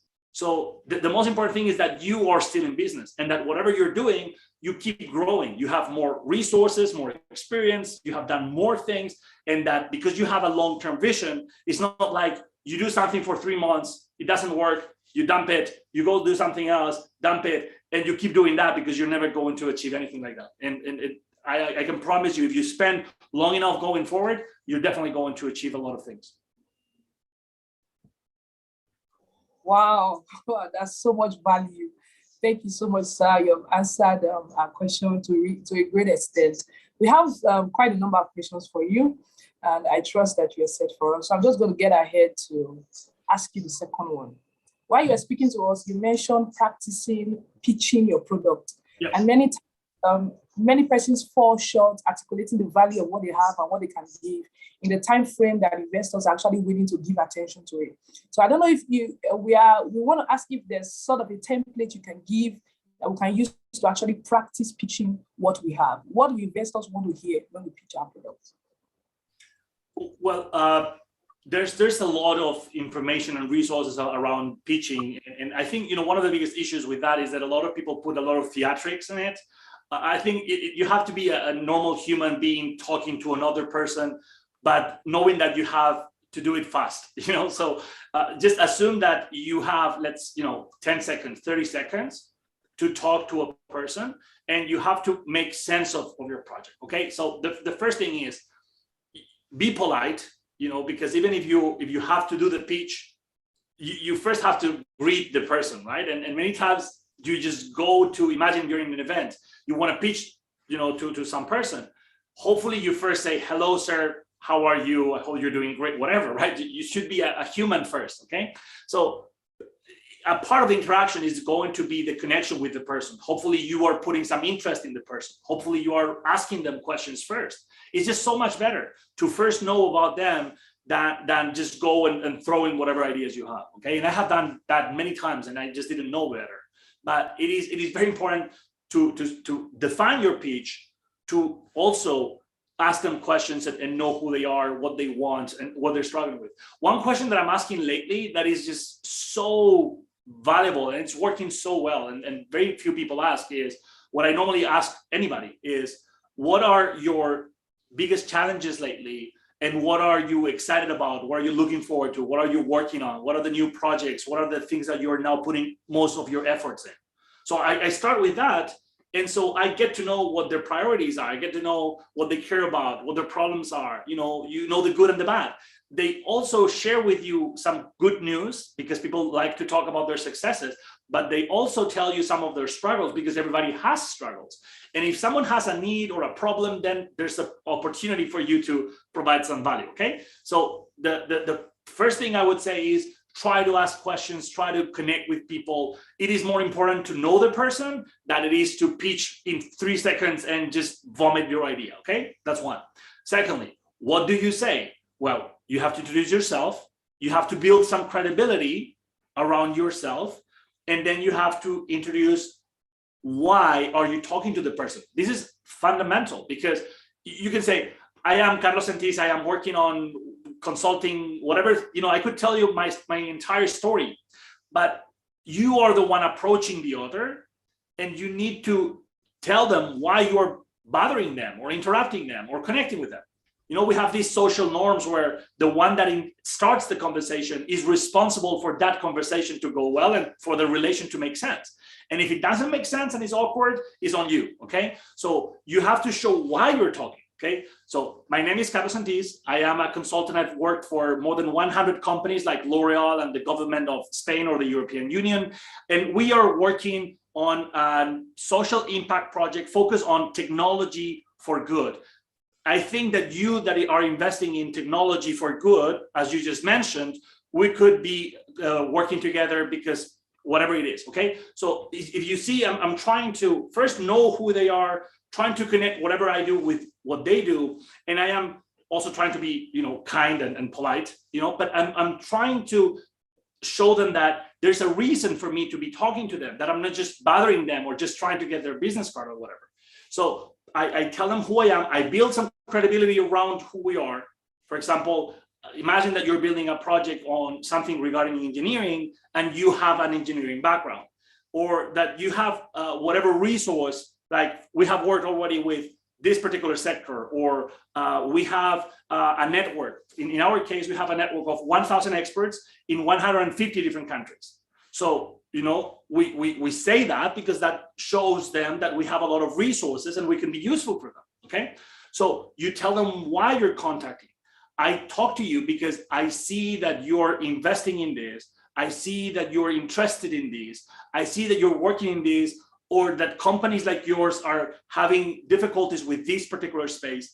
And we created our company to meet that demand. And so we are sure that we can provide value to you. We would love to work with you. We have these and these ideas, benefits, advantages, whatever you want to say that is beneficial for them. And I would love to meet with you or meet with your team or send you information and have a conversation. Or do you have 5 minutes and I just explain to you super quick? Or whatever it is, the next step, there has to be a next step. So the pitch, as I'm doing it right now, it has, first you start asking, you continue introducing yourself with some credibility around, you make sure that you're explaining why you're talking to them. You make sure that they see some benefits of that conversation happening. And then you say, and these are all the things that we're proposing or we're doing, and I would love to have a meeting with you. That is, or I would like you to invest, but you cannot get an investor in 30 seconds. That doesn't happen. So what I would suggest is that you're always going to the next step. There's always a next stage. And the next stage is normally you go from not knowing the person to be in a situation where you can meet the person for a few minutes, right? So you can say, I would like to talk for 10 minutes about this, or 30 minutes, or I know you're super busy, but this is very important. I know who you are. I've been doing some research. I know that you're working on this. I promise I can be useful. I just need a little bit of time to talk and to show you something.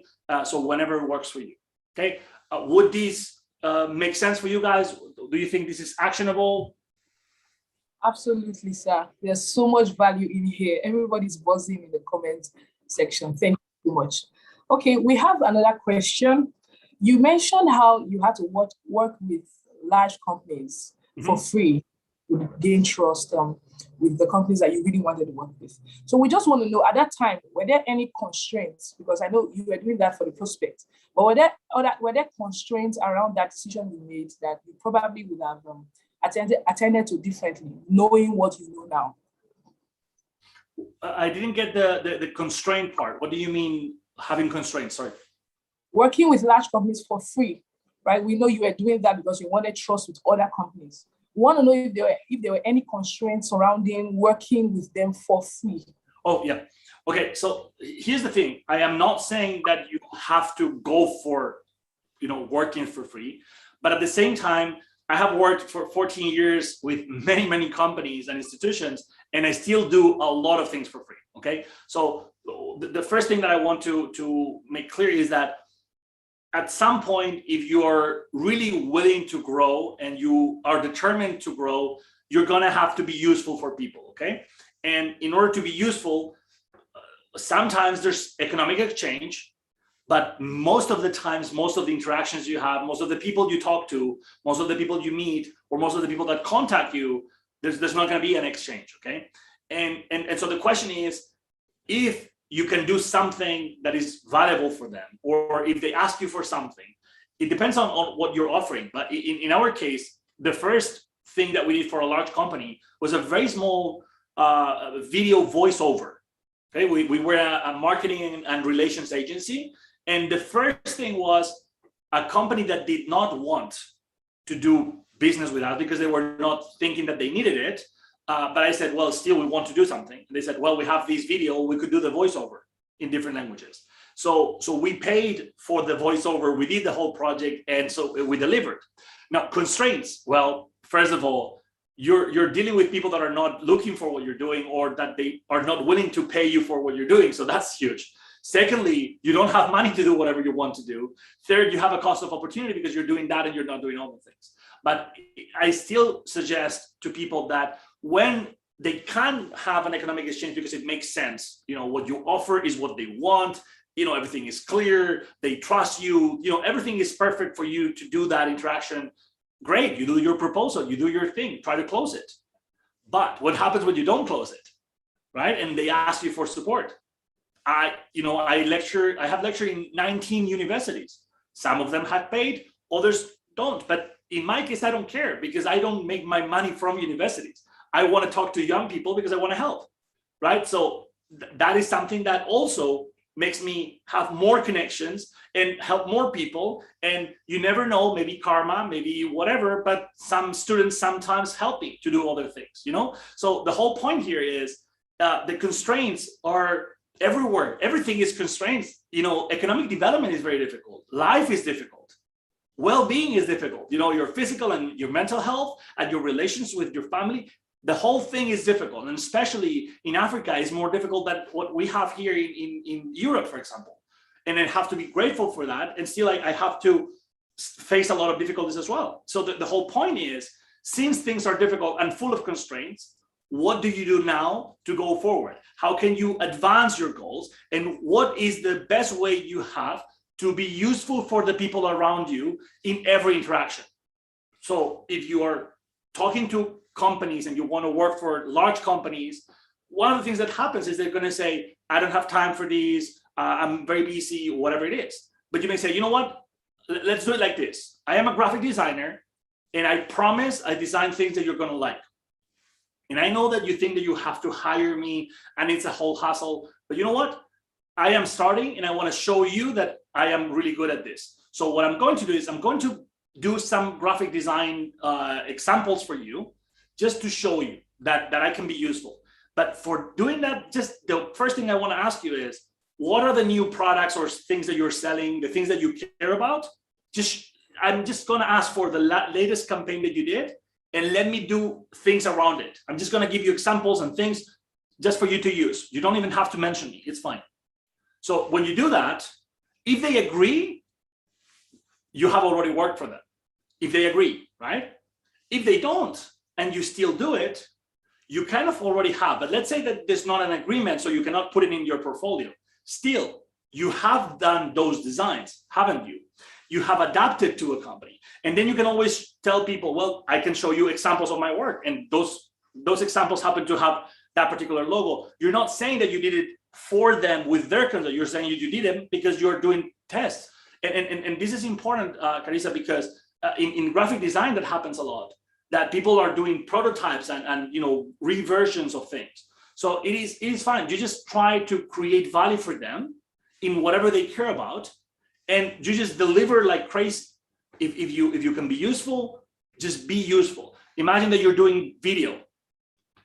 Whoever has, if you have a company and you're going to do an event, I bet that you want to have more interns or more volunteer people or more people organizing.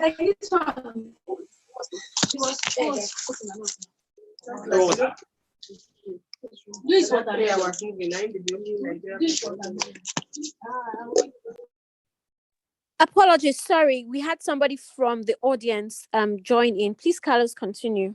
Okay, no problem. So if you are doing an event, you always want help. Some people don't want to pay for the help, but if you go and say, you know what, I want to be here just giving food to people, or taking pictures to people, or doing video to people, or just being there in case people need some help. I'm just gonna be your, go-to guy in the event, right?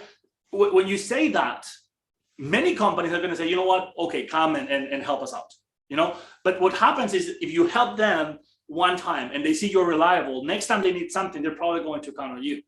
Okay, so constraints, yes. The biggest issue is that you always face rejection, no matter who you talk to. When you are the one proactively going to talk to others, you face rejection. If you are okay with rejection, if we are able to not care because they don't know better, they don't know you, they don't know why you're doing it. If you're okay with people saying no to you, then you just talk to people and there's a lot of opportunities.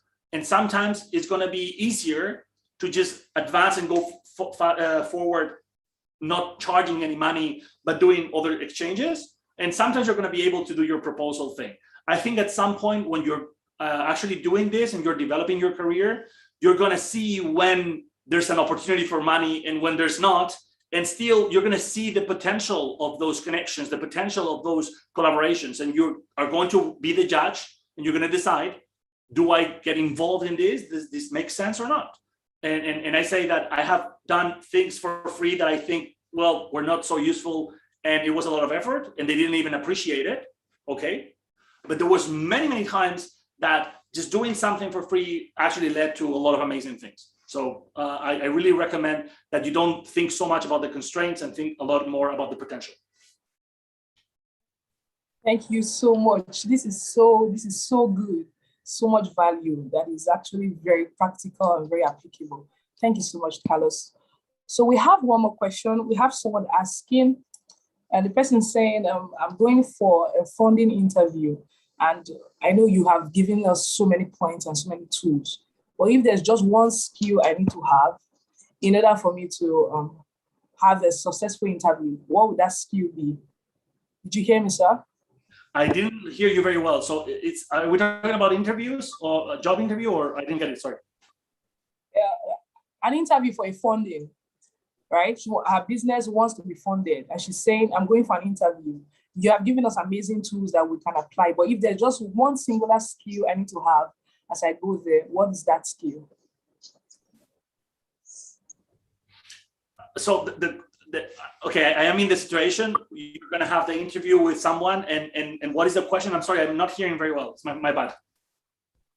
Okay, she says, if there's just one skill I need to have as I go for my interview, what would that skill have to be? One skill. Well, yes, I think, okay, thank you. I'm sorry, I am deaf, I'm sorry. So if you are going to be focusing on one skill, I would say empathy. directed towards the needs of the person. So whatever you say goes directly to their needs. Okay, everything has to be, does this make sense for this person? Because, you know, we are so obsessed with our own thing and we want to sell our own project. And it's natural. Many times, you know, whatever you're doing, it may be amazing or it may not, but we just think that it's the best thing ever or it's our thing. So we care about it, right? And so you just want to talk about it. And you've been working on it for, let's say, months or years, and you have so much to say. Problem is, most of the things that you have to say are not exactly what this person needs in order to make a decision, or it's not going to be interesting or useful for them. So one skill, I would say empathy, which is natural for all of us, except that some people practice it more than others. Okay, so what I would suggest is that you put yourself constantly on the other person's shoes, and you think, okay, this person is busy, has a lot of potential partners. This person has personal issues as well. This person wants recognition. This person wants to make money, him or herself as well. This person is afraid of co-workers, bosses, other investors, family members, health issues. People have fear, problems, insecurity. So there's like a ton of things. You know, our minds are incredibly complex, and you know that because you know how crazy you are if you think about yourself. And we see other people and we think they're just normal, and they seem that they just do their job and they have to do exactly what they're supposed to. And if that person is an investor, I say my thing and they invest in me. That's their job. The job is they give me money, right? Well, it's a little bit more complex than that. So empathy with these people that you're talking to and selling to means that when you're designing your projects, when you're designing your brand, your messaging, everything that you're doing has to be directly connected to that person's needs, interests, concerns, problems, challenges, and it has to be valuable for them directly. Because if you're saying something that is good for you, but not for their company, good for their company, but not for that person, you're out of the game already. Okay, so I would say empathy. I could talk about it for a long time, but I think that with that already you start in the right mindset. And then it's just a matter of keep asking questions, keep learning, keep talking to more people, you know, and if you are focusing on a specific sector or type of customer, type of investor, you're going to see that there's a lot of commonalities. You know, I think it's very difficult for me because I work with more than 10 different industries, public, private sector, with media, influencers, celebrities, volunteers, universities, and international organizations. So I am absolutely all over the place. And I have to be able to convey different messages and to make sure that I am valuable for them and that I can make it happen in 10 seconds. So when you are more focused and you have something that is more narrow, because in my case, I'm doing something that is global, so it requires more, you know, more complexity. But if you're more narrow and you learn a lot about, you know, the type of organizations you're talking to, you're going to be able to actually adapt much better to their needs. But don't forget that it is your natural tendency to talk more about the thing that you're doing than necessary, and that you're going to be telling things that are useless for them, and that even if they are useful, you have to connect to the benefit they get. It's not we are this, we do this, is we do this for you and we can help you with this, and this is what you're going to get, and this is the problem we're going to solve for you. Wow, thank you so much, Carlos. This is so instructive. We are really grateful for this, and we just really want to glean into the wisdom that you have. So I'm just going to ask a final question before we let you go tonight. I want to know, knowing what you know now, is there anything you would have done differently when you were starting out? We just want to glean in on that. Well, the thing that I would have loved to know from the beginning is that I could be way more ambitious than what I was. I thought I was completely limited to what I was doing at that moment. And I didn't know that it was not incremental steps what I could take just to grow slowly, but rather I could perfectly well envision exactly where I wanted to go and just make every single step that I made way faster, way more effectively, and just achieve way more. And I think that that has been, you know, something that I keep sharing with students of all ages, that you have to be way more ambitious. You know, it's not about being, you know, a trillionaire. It's not so much about how much money you want to make, but more how far do you think you can get? You know, if you think that, for example, you're afraid of speaking in public and you would never be able to, it's like, well, think that you probably can and that you probably should. And when you're thinking, well, I may be able to afford a little house, it's like, well, yeah, probably you can, and maybe even a house that you really like in a place that you really like. And you can actually think in terms of business that you can become the kind of business that you want. You can do a business that is impactful for the community. You can do something that is for-profit social impact. You can do something that gives you the kind of freedom and the possibility of working in the things that you love. You can do a lot of those things. I'm not saying that, you know, you just achieve everything you want without doing any effort. I'm not saying that. I'm saying that if you know where you're going clearly and you aspire to become everything you can, and you think about your potential and how to reduce the gap between your potential and where you are at right now. If you think about everything you can be and everything you have done in the past that shows you your capacity, your courage, when you think about all the things that you have been able to do in the past and what you could do in the future if you learn the right things and you talk to the right people, when you think about all those things, you realize that you're so much more than what you thought. And in my case, it has been this realization that I thought, well, I first have to do an internship, and then I have to work, and then I have to build a small business, and then I have to jump to the next service and the next service and the next service. And 10 or 12 years after my first vision of making impact in the world, I decided that I was ready, and I started WIA. And I should have started WIA from the first day. I didn't know, right? And so that is, I would say that the best recommendation I can is think of what is your ideal job, life, concept, project.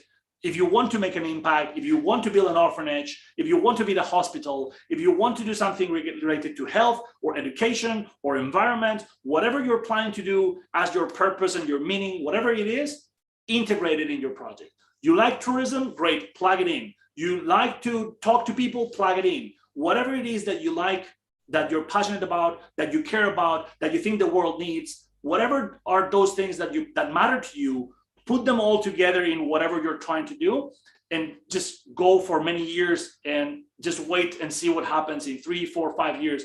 You're going to be in a place that you didn't expect. And if you continue going forward and you keep learning and talking to people, things are going to be really good for you. Wow, amazing. This has been fabulous. We're so excited.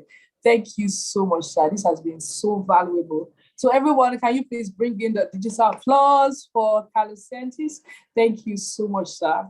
It has been a delight to really glean into the insights that you have to share with us. We're indeed very grateful. Thank you so much. Just to let you know that we're available for you. We have our network, and we are always welcoming young leaders like you and people that want to grow.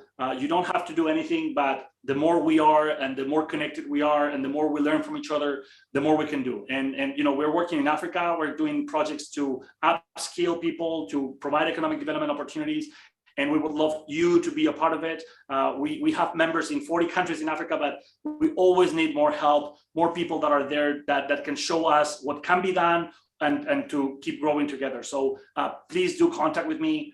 Send me your thoughts about what we did today. Send me your thoughts about what you need. Let me know if you need any mentorship from myself, and let's work together. Absolutely, sir. It's going to be a real privilege to network with you, to connect with you and with what you do. Thank you so much. We're really grateful. Come on, everyone. Can we once again just bring in the applause for Carlos Sentis? We're really grateful to you, sir. Thank you so much. Thank you all so much, guys. Our next facilitator is available now, so I'm just going to hand us over to Mr. Andrew.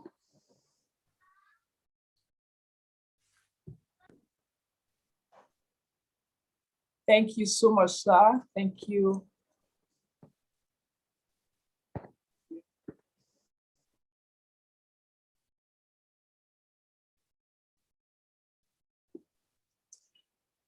This has been an amazing session. My book is full. I have practical insights that I can go and implement for the next phase and projects that I'm going to be handling, thanks to Mr. Carlos Sentis. So I'm going to be handing us over now to Mr. Andrew.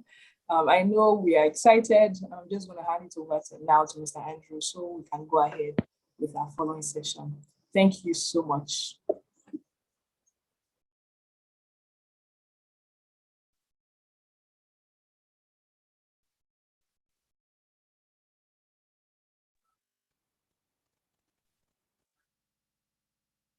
Okay,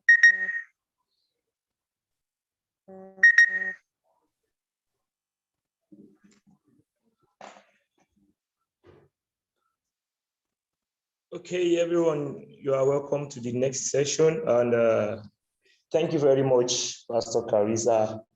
Thank you very much for that wonderful moderating. So we are up to the next session now. And come on, guys, you can't believe who we have in the house.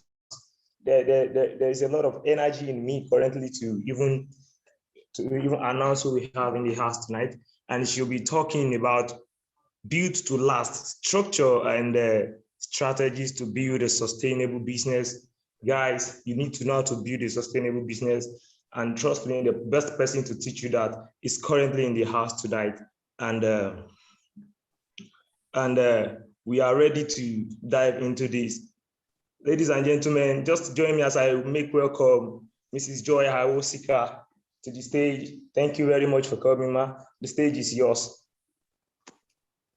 Hi, everyone. It is a pleasure to be here. Can you hear me well? Hope you can hear me. Very well. Awesome. I hope you guys have had a fantastic day so far. And I want to give a big kudos and shout out to the Skill Factory Africa team for creating such an amazing program like this. It's a pleasure to be here, and I love the topic in which I'm speaking on today, something that is near and dear to my heart and something that I live, I breathe. I'm very mindful of the fact that we have 45 minutes together today. And so I want to get right into it.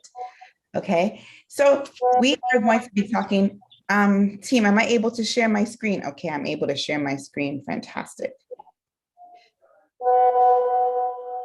Just give me one moment here. I want to go ahead and plug. I'm in transit, guys, so I want to thank the Skill Factory team for accommodating my schedule. I was booked for like 2 hours ago, I believe, but I just landed in New York. So it's a pleasure to be here. As we kick off right now, let me just plug in this so that I make sure that I fully am ready with you guys. Give me a moment while we kick off in 1 second.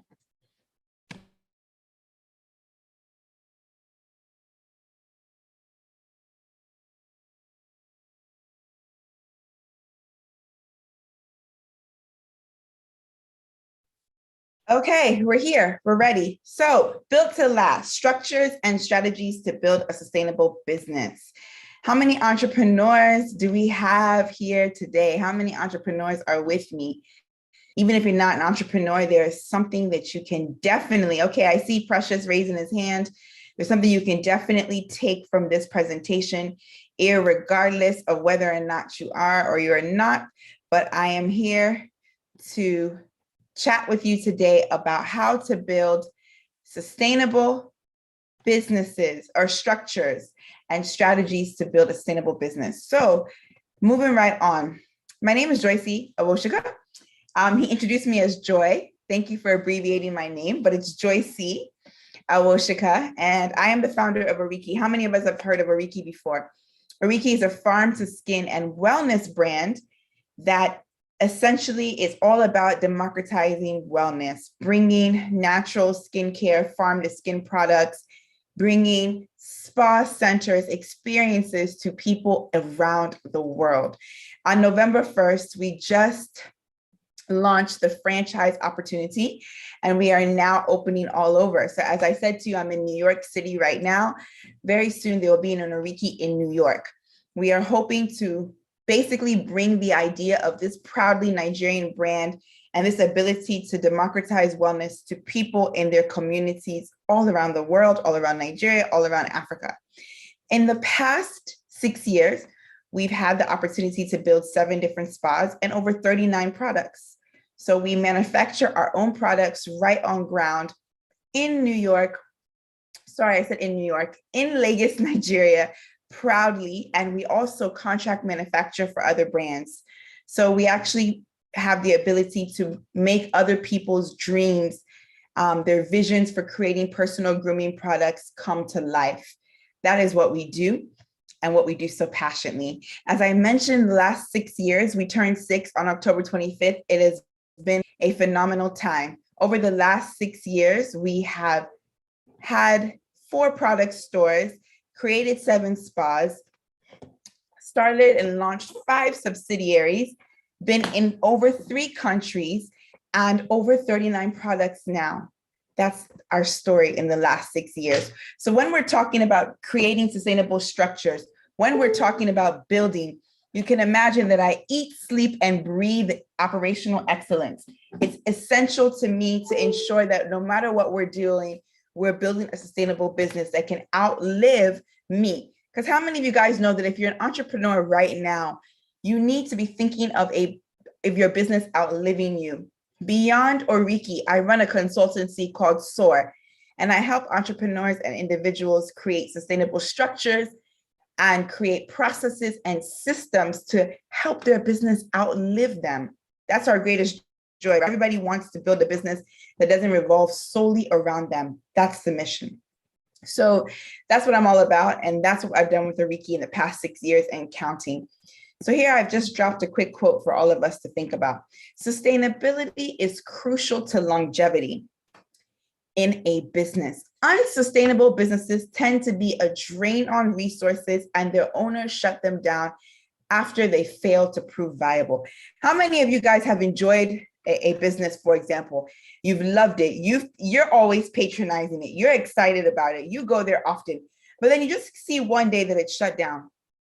It's no longer there. How many of us experienced that before?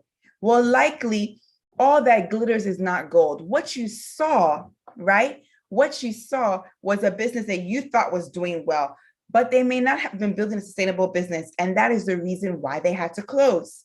So you can't tell the numbers. Only the internal team, only the management, only the owners can know the companies. But the point is, you need to be thinking about strategies that would help your business be sustainable. What is it? What is sustainability? We're going to get there. But in this short presentation, we're going to talk about 7 different things to help you to achieve sustainability. Now, I could have created a list of 20. When I was creating this presentation, I was thinking about what have we done? Because like I said, we eat, sleep, and breathe sustainability. We eat, sleep, and breathe operational excellence.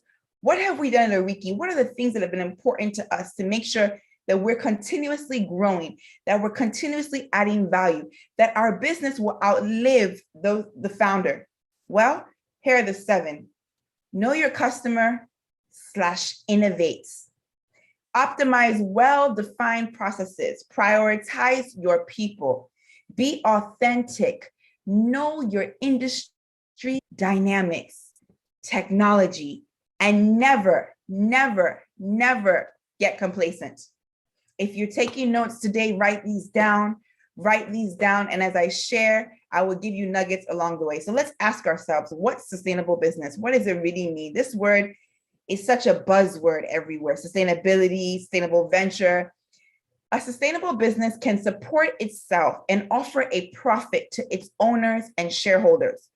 For a company to develop real sustainability, what does it say here? It must meet its consumers' demand while balancing the needs of its employees.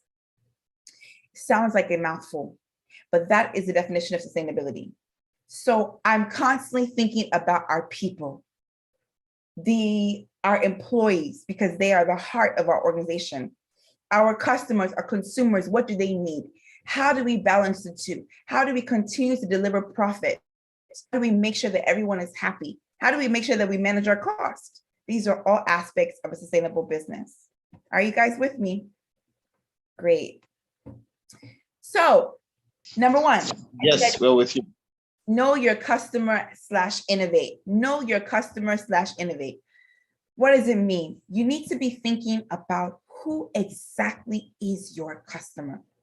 Who's your customer? Okay, make it a priority to understand the changing needs of your customers. Now, let me give you a real example.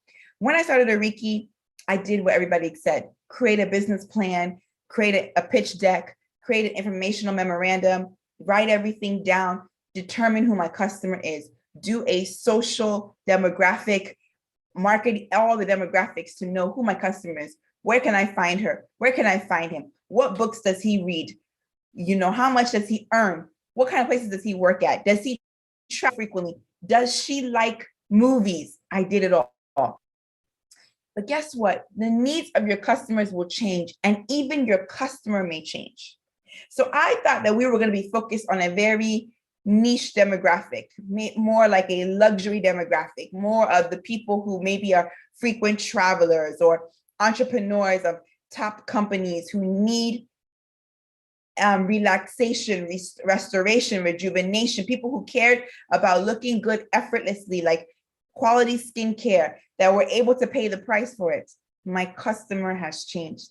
The Oriki customer has changed over time because I realized that that demographic was cutting people out. It wasn't even 1% of who our target market is. So I began to realize that actually we are a brand for all. We have a premium product and service, but we are for all. We are for the college student.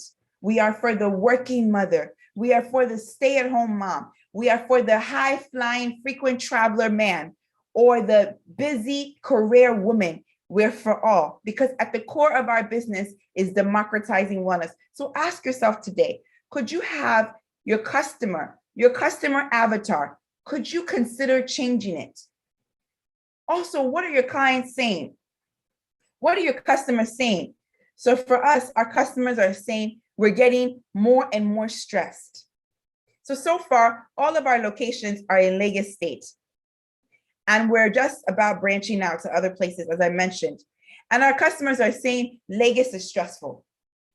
I'm realizing that I need to have a massage more frequently. I'm realizing that when I want to give someone a gift, the gift of relaxation is a good one. Customers are saying that. So we listen to them. What do you think we did out of those things? We made sure we made gift vouchers easily accessible. We understood that they wanted loyalty. They wanted to be able to come in frequently and be able to be booked in advance. We created online bookings for them. Know your customer and innovate. Innovation is key. 2 years ago, we said, almost 3 years now, no more calling only or emailing only to make a booking. You can book online. Right now, you can go to the Oriki website and book yourself in for tomorrow at 5 p.m. You don't need to talk to anyone faceless. What are your customers saying? What do they need within your offerings? How can you provide it to them, and how can you make it more accessible for them? That's extremely key. Okay, moving on to number 2, optimize well-defined processes. I can't tell you this enough, fellow entrepreneurs. I cannot tell you this enough. Like I mentioned in SOAR, the consultancy that I run, I have a team that works with entrepreneurs and individuals on a daily basis. We see people whose businesses revolve completely around them. We see entrepreneurs who are consistently saying, my people don't get it. My staff don't get it. My staff are stressing me. My staff don't listen. My staff don't do what I want them to do. But guess what? We look within and we find out that the problem is the entrepreneur. The problem is the management team. Why do I say so? Because in order for you to run a sustainable business, you have to create well-defined processes. Does your team understand what's required for them at any given time? Are you eliminating waste? What are the things within your company that you don't need to be doing? Are you automating? Are you delegating, right? Are you ensuring that everybody is fully empowered without you having to give constant oversight? If you can say no to any of these, then guess what? You have to go back to your processes. Now, I stopped working operations in my company 2 years ago. I realized that the quicker I moved away from everything being in the palm of my hands, the better chance my company could grow and scale significantly. So you have to streamline your processes. As an entrepreneur, I want you to do an audit. It's an operational and process audit. You can list out every single thing in the company that you're currently responsible for. And right next to it, you'll put an E, eliminate next to things that you don't need to be doing at all. Automate next things that you can apply technology to, and delegate things to people that you have, members on your team that can take the job over, that it falls under their job description. So let me give you an example. Accounting, transfers, you're receiving money. Maybe you have a business online. Maybe you have a business that's heavily focused on Instagram, and you're there in your DMs and you're sending them an account number, and you have to confirm, is there someone on your team that if you employ a system like Traction apps, for example, that allows you to see payments real time without seeing your account, can your customer service rep confirm all payments? I'll tell you a story. Payments and transfers used to be in the palm of my hands years ago. So as I would travel, I would have to make a disclaimer that for the next few hours, I will not be able to confirm any payments. Is that a sustainable business?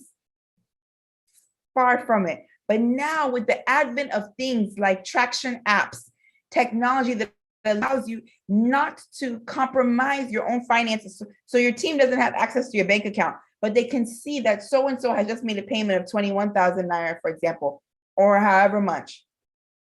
That is what you call creating processes to help your company grow, to help your company scale. Okay, number 3, for writing notes, prioritize your people.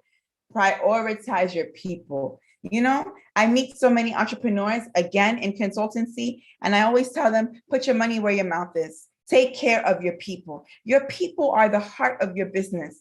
They're at the core, including yourself as the chief employer of your company, as the number 1 employee, as an entrepreneur, as a founder.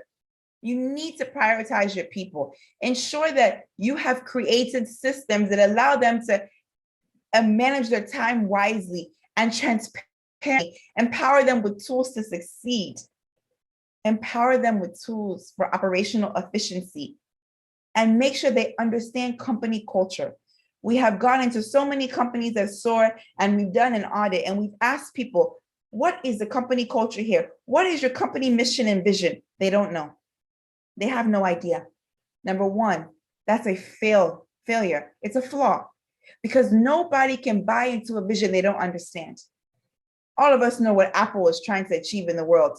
We know what Samsung is trying to achieve. We understand their vision, and we're only consumers. I'm not sure if anyone here works for these companies. But the point is, you have to be loud about your mission, your vision. You have to provide standard operating procedures. How many of us have heard the word SOP? The phrase SOP.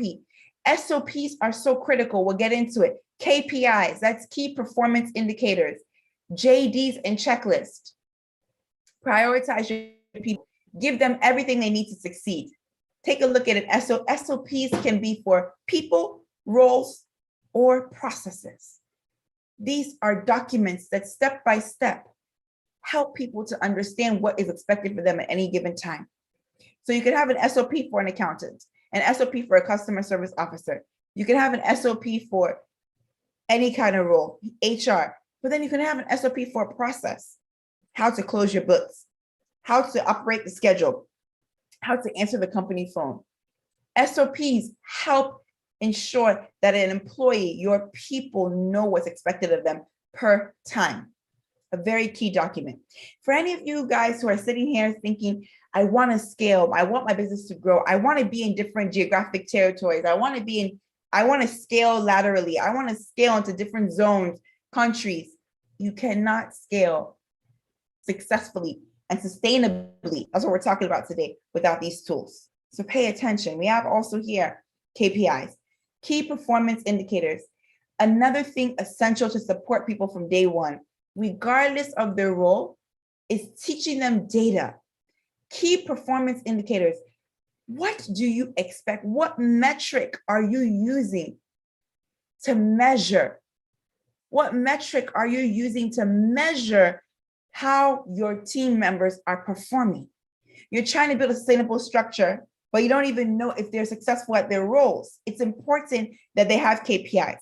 And let me tell you something that it does. It really incentivizes your team members, because the moment they know what you're going to be judging them on, they want to perform. It helps them to realize the role they're playing in the company's goals and objectives. So 3 to 4 KPIs per role is more than enough. Share the KPIs with them and let them know what you expect for them, and then do annual reviews. You can even break it up to more if you would like. And then JDs. You guys might think this is a guaranteed. However, I cannot explain to you the number of people that I have met, companies I've met, entrepreneurs who don't have clear JDs for their roles. So maybe your back was against the wall, you needed to hire an employee, you hired someone in, but you never gave them exactly what their responsibilities and role is fully on a document that they can understand. It's needed. You can backtrack. Number 4, be authentic. Be authentic. How many of you guys, if there's a brand you love, can you drop in the chat a brand that you love? You just like its values, you like its storytelling, you love its content, you love how it speaks to you, you love how they engage. Just any brand you love, whether it be worldwide, global, local. Let me see some brands in the chat. What brands do you love? Oriki, thank you. Coca-Cola, wonderful. Coca-Cola, another, yes, Mama Dor, fantastic. Something in common. 2 people have said Coca-Cola already. Coca-Cola has an authentic brand voice. They have done so well with creating trust and integrity with their customers. When you have a Coca-Cola, you can trust that you're going to open up a drink that's refreshing. In fact, people want the Coca-Cola ice cold because that taste on your buds, your taste buds, the sound it makes when you open and pour. I mean, everything is just comes together to just show you an authentic brand. Coca-Cola did not say, we want to be a chips brand, or they were clear on their value. They were authentic with their voice. They were able to grow rapidly because they were solving a need and they were speaking authentically. It is so important to own your brand voice. We're talking sustainable brands. How many of us have heard that over time, people are saying storytelling is what plays a major part in the business growth, and that entrepreneurs who are afraid of coming out and sharing the story or talking often have a less likelihood of being as successful as their counterparts? It's true. Now, if you're like me, I'm all for you building a brand outside of you. I did not build Oriki around Joyce Awosika. In fact, when I started, nobody knew whose brand it was. And that was important to me. I didn't want it to be just friends and family. I wanted to build a brand that spoke for itself. That if I walked into a room and someone said they went to an Oriki, I could ask them, how was your experience? Give us some feedback. However, now, 6 years later, I understand that you cannot separate at this point the story of the company from the brand's growth. So we're being authentic to share our pain points. Oh, in the beginning when we started as a product brand, and it was painful to know that we could not manufacture our products within Nigeria. We did not have the capability, and so we were on a mission to create our own manufacturing facility. What is your authentic voice? And then on top of your authentic voice, there must be the important factor of being authentic and honest in all your dealings with consumers, buyers, associates. Please don't go put organic on your product if it's not organic. Don't put you will lose 10 pounds in 2 days, 10 kg in 2 days if you cannot lose 10 kg in 2 days. Don't say salt-free if it has salt in it. These brands are not sustainable.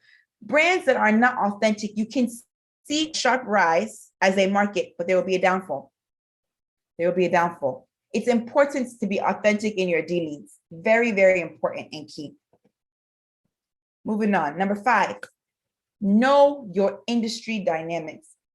I cannot emphasize this enough. We're talking about structures and strategies to build sustainable business.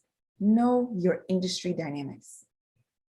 Keep an eye on the changing dynamics of your industry. Can I tell you guys something right now? If you ask me how big my market is, I will tell you globally that the spa and wellness industry is worth $128 billion. If I tell you that, oh, but I'm not just in the spa and wellness industry, I also know the beauty industry by our products is worth $483 billion by 2023. If I tell you what's going on in Nigeria, I can tell you exactly what's happening on ground. that Oriki now has the most number of spas than any other spa brand. I can tell you right now that people are demanding wellness services. People are looking for relief. I can tell you right now, there's another sub-factor of the industry that's rising. People are sponsoring another kind of service in the industry that is not part of a wellness spa. I can tell you what my competitors are doing. Why? Not because I consume myself, but because research is key in my business and in all of our businesses on this meeting, and this call. Research is key. You need to identify industry trends. So naturally, I'm sure you guys are thinking that, okay, when COVID 2020 hit, COVID-19 2020 hit, Oriki and all of its colleagues and competitors should have been wiped out because nobody wanted to be touched by other people. Everybody was concerned about their safety and their health, and we wore masks and we didn't want anyone in our vicinity. But can I tell you what I noticed? Before, just about a few weeks after I said, I kept hearing people saying, this is stressful, I'm stressed. How can I not leave my house? I'm stressed. I said, you know what, more than ever, they're gonna need Oriki services. We might be shut down right now due to a lockdown, but when we come back, we're coming back stronger. And you know what I did? I adapted and adjusted our business model to take advantage of home service. And we began to go into people's homes more than ever before. What is your industry saying? If you're in fashion, what are people looking for? If you're in fashion, what are your consumers asking for? What are they patronizing? Go and do a Google Analytics search. Go and search keywords. See what is most searched in your industry. Find out what people are looking for. When I was starting SOAR, I needed to know what to focus, our offerings on. So I searched standard operating procedure, business plan, business strategy, KPI, and guess what? I found exactly the term people were using mostly, and I catered and created a business around it. Know your industry, know your dynamics, understand your competitors, right? It's very good. You don't get consumed by them, but know what they're doing. At Oriki, we saw a value. We saw that by year 2, 3, we knew we wanted to scale our experiential spa services. So we began to go into more buildings and more locations. Other spas weren't thinking of the same, or they weren't doing it. So I knew what our unique selling point was. You can only determine what your unique selling point is when you know your industry and you observe your competitors. Now, identify industry trends as they are happening and react fast. What journals or articles or publications speak to your industry? Get to know them and go and read industry trends. After this, you can actually Google, look for journals, log on to something called Scribd, SCRIBD. It has all types of articles and books on anything you can imagine. Type in there, industry trends on wellness, industry trends on agriculture in Nigeria, on food. See what's happening. I read a case study yesterday of a lady who during COVID realized that a lot of people were looking for medicines or vitamins they can take that can help them stay healthy during COVID or help prevent them from getting COVID. So guess what? She started looking into sea moss. She found a sea moss supplier and vendor and did research and saw that people in other countries were using sea moss to say, this keeps you healthy. It's a perfect multivitamin. And as she did that, she is now doing millions and millions and millions in sea moss gel, sea moss labels, sea moss capsules, sea moss vitamins, you name it, she's doing it. What trend is happening in your industry that you need to react fast to? What do you need to adapt or adjust? I mean, your business model is important, it's a key document, but how many of you know it needs to remain dynamic? It will change. It's definitely surely changed for us in the last 6 years because we got to know our customer and understand the industry better. Very, very important. Now, here I say something. The pandemic has clearly shown us that one key to sustainable business is continuously and innovating to meet the evolving nature of consumer needs. I can tell you right now that what's important in the spa and wellness industry is the ability to go and meet your customer where they are. Very, very big one. How are our consumers changing? They're demanding for more services more frequently.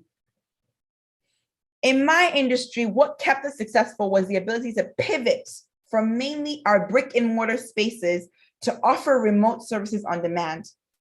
And as the pandemic subsides, because we hope it will, and we know it will, consumer needs will change again. So what are you going to do in your industry to prepare you to pivot again in the way you provide and provide service to your end user? It's important. You got to be thinking about pivoting, transformation, innovation.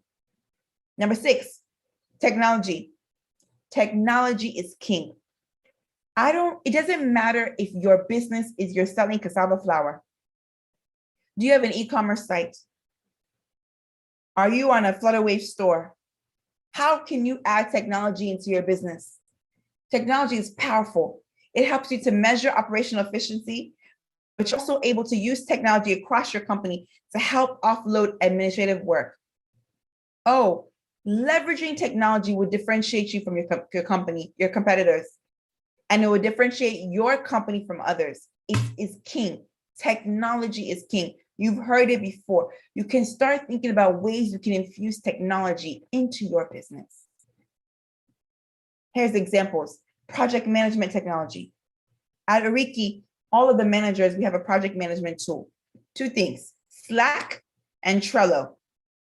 Slack and Trello. Slack allows us to communicate on demand, even by teams, even by individuals, and Trello helps us to project management, everything happening in the company. Accounting management, customer management, staff management. What kind of tech solutions will you use in your company? Now, for those of you, we're all growing. We're growing, we're moving.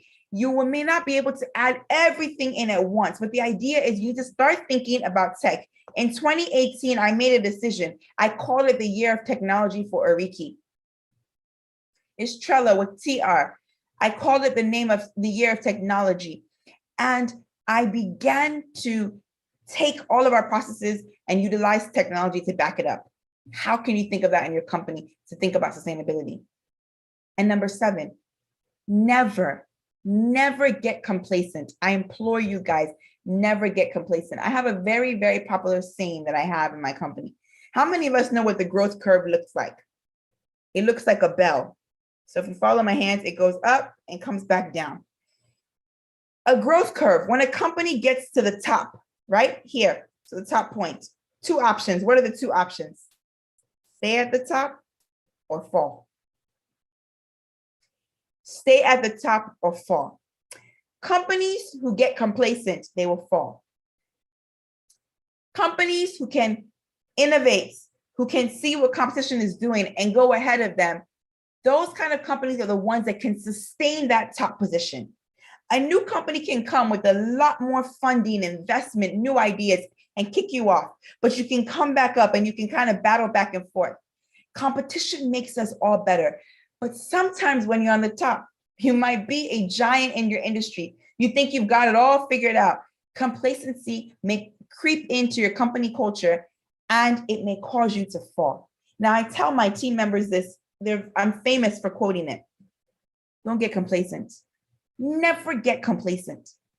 We have the opportunity to be kicked off. Marketplace leadership is not guaranteed. At any given moment, anything can come. Anything can come and throw you off your number 1 seat. We've seen it in sports, right? We've seen it in athletics. A company is doing so well, or a team is doing so well, and then someone comes in, they're underdogs, and they come after them, and they kick them off the number 1 seat.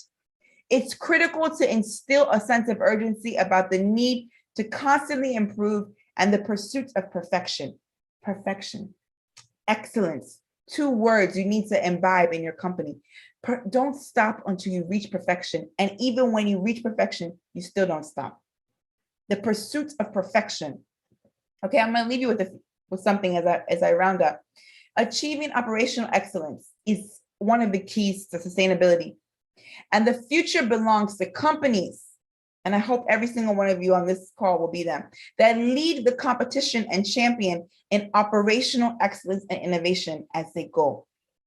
You need to be asking yourself, how do you know if your projects are financially viable? How do you know if your operations are cost effective? How do you know if your business is profitable? Not just revenue, profitability. How do you measure it? These are all key, very, very key in creating sustainable, lasting business that are legacy-driven businesses. These are some of the Oriki locations that we've built over the years. We are on a mission to scale. Scale cannot be achieved without these things I've mentioned today, plus many more. The idea is to continue to strive for excellence and perfection in all that you do. Instill processes, structures that will make your company have a solid foundation. So as I round up, I'd like to ask you guys, I'm here for any questions. Thank you very much. Awesome, guys. Let's say thank you to our facilitators. Let's say thank you to our facilitator. Thank you very much, Ma, for the much insights that you have, shared with us this few minutes. Thank you very much for your time. I know it's quite strenuous for you, having to come online just immediately after your flight. Thank you very much for the much example that you're showing to us. Thank you very much. So guys, the comment session is burning up with a thank you from all our participants from across the world who are gleaning wisdom and knowledge from that which you have shared here today. Thank you very much. And one very thing that stood out for me was that we need to constantly innovate around the demands or the behaviors of the people that we are serving. And that's really profound. That's really profound, Ma. That's really profound. We look forward to gleaning more wisdom from your platforms, as we are going to consistently follow you on all platforms. So we are going to be sharing the links to your platforms on our platform here so that everybody can give you feedback on that which you've shared today. And so quickly, we are going to see to the comment section to see if we have questions for you quickly. Questions. Everywhere is burning with thank you. This has really stretched our minds. Guys, it's about building a sustainable business, the structure and strategies to build sustainable business. We have our founder here with us, Victor Noana, just joined us, as well as mechanic. It's good to have you here. I did not just join. My network kicked off. I've been here for a long time, but I said I was going to turn on my video to personally say thank you. She doesn't know me, but I've been following her for a long time on Instagram. Sorry, please, Andrew, permit me to step in at this point to personally appreciate her. I've been following her back to back. I've even also given gift vouchers to my friends on their birthdays, to Oriki. And I just love the process. Somebody you see online, you're admiring, and then you're seeing proofs, to that growth process. And I was like, yeah, I'm inspired by her.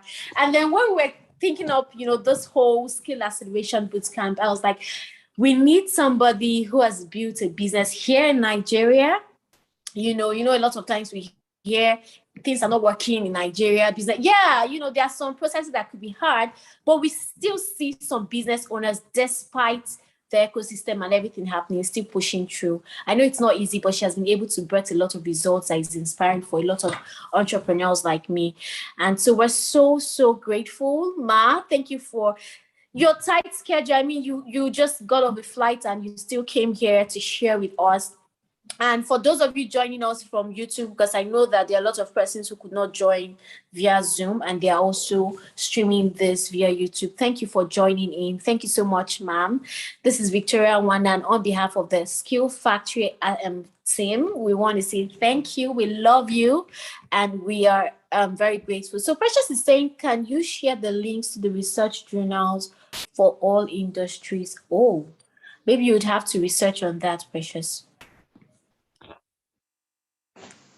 Precious, okay. I was sharing it's a book platform, but it has articles in PDF. So you can type in, I'm building a franchise now. I type in franchise and I see articles from all over the world about franchising. So that's what it's called, Script.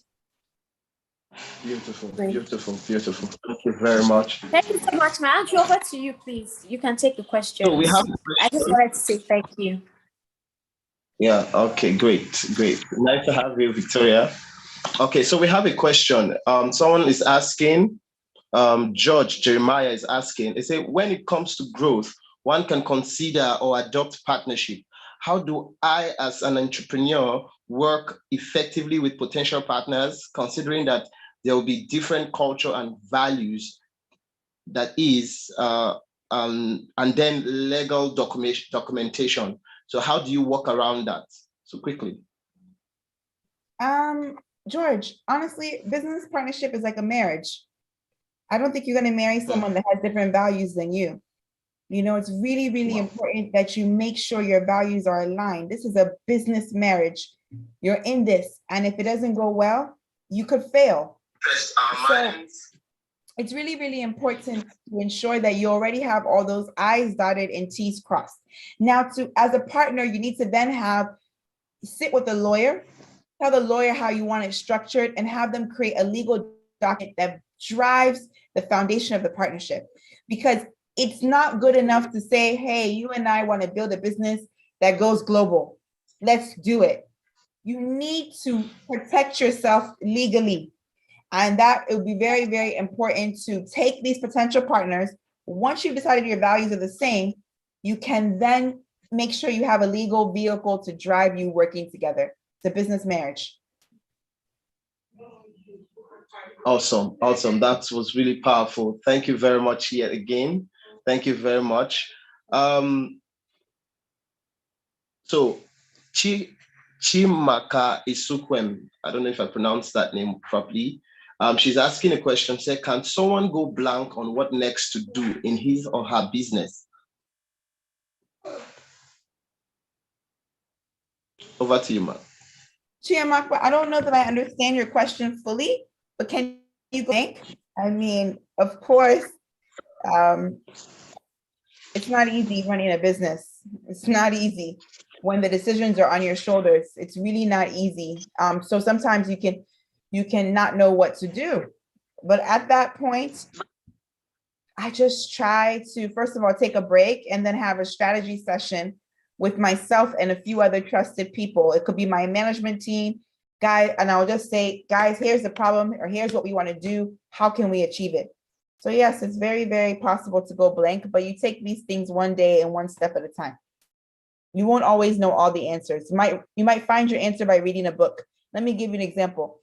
I was having an issue before where I found out I was so passive with my staff when it came to like recruitment. And I read a book called From Good to Great by Jim Collins. And it talked about successful companies that move from good, just mediocre, to great. And he said something. He said, learn how to fail fast and learn how to fire quickly. I read that book and I got all the courage I needed to let go of people who weren't working for the company well. Things like that. Sometimes just read a book to get inspiration when you go blank.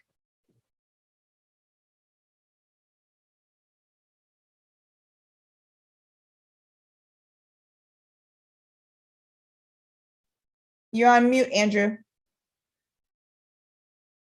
Oh, sorry. So we're just quickly going to take the next question, and then we'll move on to what we have next planned for today. And so Ogenetega Oduma is asking, how did you come about the idea to start Oriki? And for someone who has like 4 to 5 skills and can literally do anything, how can that person make the decision on what business to start with?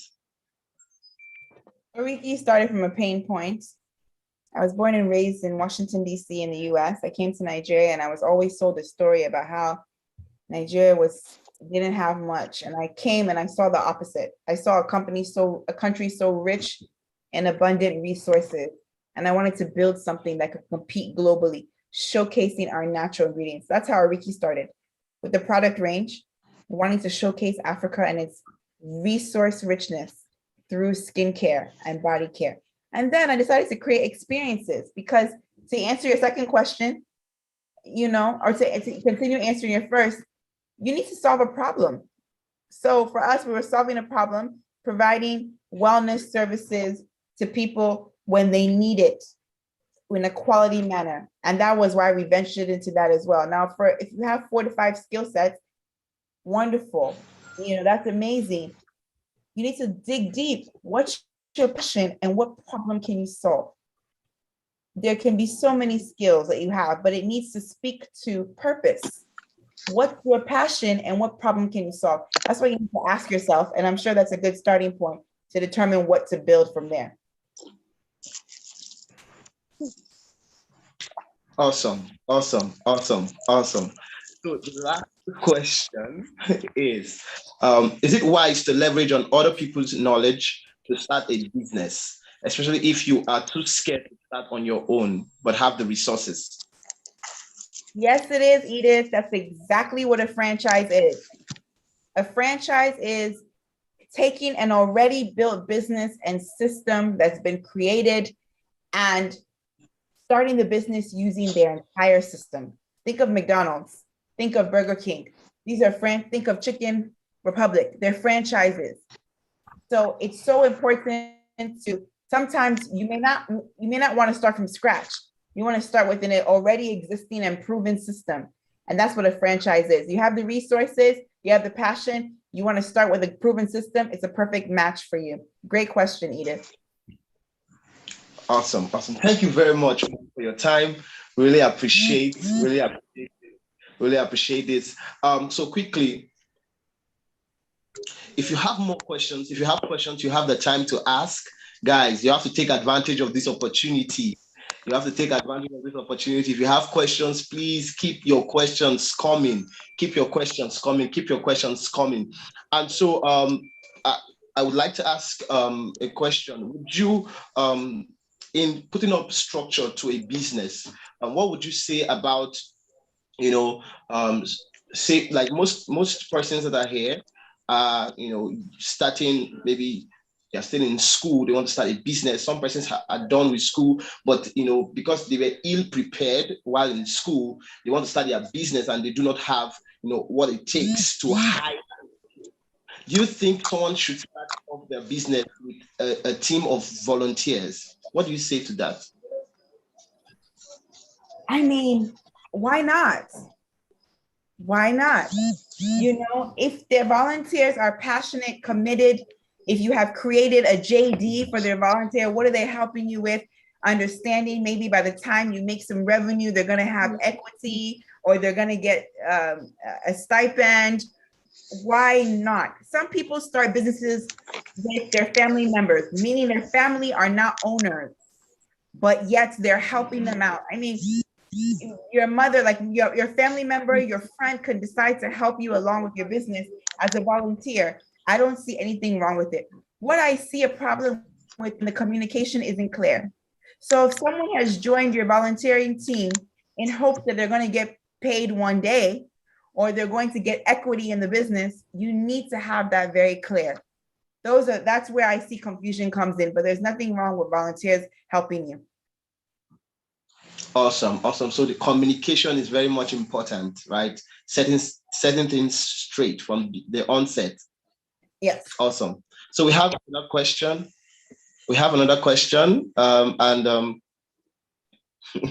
So someone is asking here, what other stream of income did you have apart from operating Oriki? And then to add to that, say, how would you advise entrepreneurs to generate income, other streams of income, right? So I was working a full-time job when I started Oriki. I was working a full-time job. When I did the business plan, when I was doing the research, I was working a full-time job, and I took my money and my savings, and that's what I used to start the business. That was part of what I used. How do I advise entrepreneurs? I believe in monetizing your knowledge. I believe in being resourceful. I was an entrepreneur through and through. I came to Nigeria. I saw people were interested in human hair. I sold human hair. I came to Nigeria. I saw people were very interested in fresh juices. I turned my kitchen into a fresh juice factory. Wow. You need to be resourceful and look around and see what value you can add. If you're extremely good at writing, who needs your writing services? How much can you charge for it? If you have some type of knowledge, can you create a mini course and sell your course, monetize your knowledge? So these are some of the ways that I would recommend to people to generate more income. I'll give you an example. Now that I'm scaling a business and building a franchise, let's say the franchise, which it will be, by God's grace, is successful. Don't you think I began to start speaking on stages about building a franchise? And maybe getting speaking engagements and paid speaking engagements about building a franchise, or I create a course to help entrepreneurs turn their small business idea to a big and booming franchise opportunity. That's monetizing my knowledge. So you have to look at what you have within you and monetize it. Awesome. Wow, this is powerful, guys. This is powerful. Again, let's have the comment burning with thank you. Let's have the comment burning with thank you, guys. Let's have the comment burning with thank you. Welcome, mechanic. Let's have the comment session burning with thank you, guys. I want to see the fire emojis. Guys, this is powerful. Guys, let's we're going to put up the Instagram handle of the facilitator. So follow her and also constructively give a feedback to what you've gleaned here today. Guys, don't take that for granted. Follow her on Instagram. We're going to put up the handle shortly. Yeah, the handle is Joyce Awosika. Spelled as Joy. Joyce Awosika. Spelled as JoyceAwosika. Guys, let's follow her and let's give feedback. That very thing that you gained from this session, constructively put it on your stories, on WhatsApp, on Instagram, tag her, tag Skill Factory Africa, and guys, let's get this going. Thank you very much for such an amazing time here. It's such a privilege to be moderating this session. I do not take it for granted. I want to especially say thank you to Victoria Noana and the Skill Factory Africa team that has put this up today. Thank you very much, and God bless you. Bye-bye.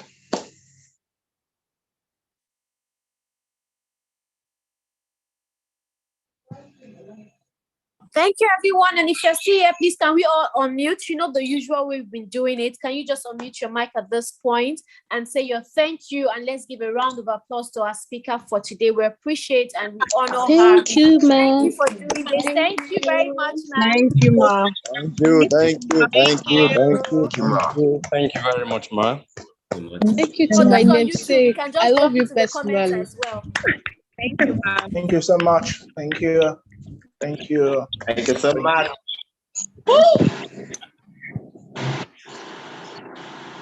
Great, amazing section. Thank you so much. Augustine, if you're here, please can you just wrap up the whole section and make the announcements for tomorrow?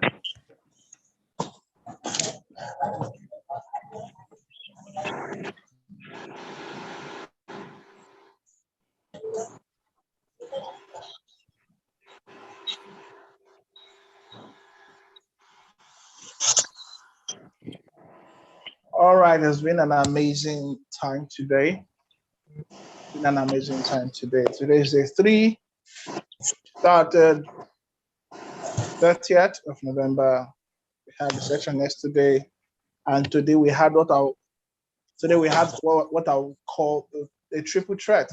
Yes, and we've learned so much about businesses, how to start up businesses, how to obtain grants, how to pitch, how to bargain, how to hunt for clients, how to set up your funnel, how to get people to flow into that funnel, how to close sales, how to network, a lot of things that we've learned today, how to sustain the business, how to plan a business that will stand the test of time.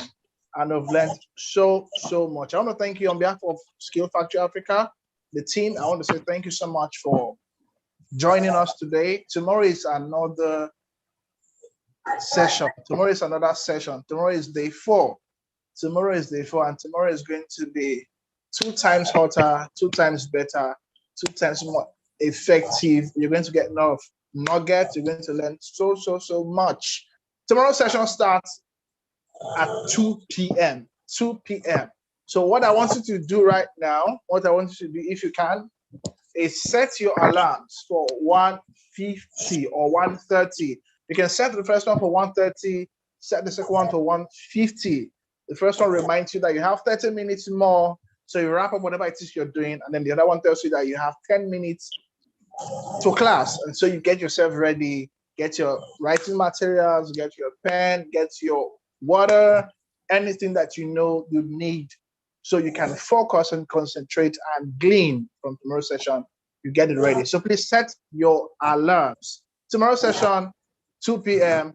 Make sure you observe the Telegram groups. If you're a volunteer in the WhatsApp group, just observe. The links will be dropped and other directives will be sent to you. Make sure you take note of them. And like I said yesterday, follow Skill Factory Africa on Instagram. Hello. You cannot be here like this. You are gaining so much of wisdom and knowledge, and then you're not following us on Instagram.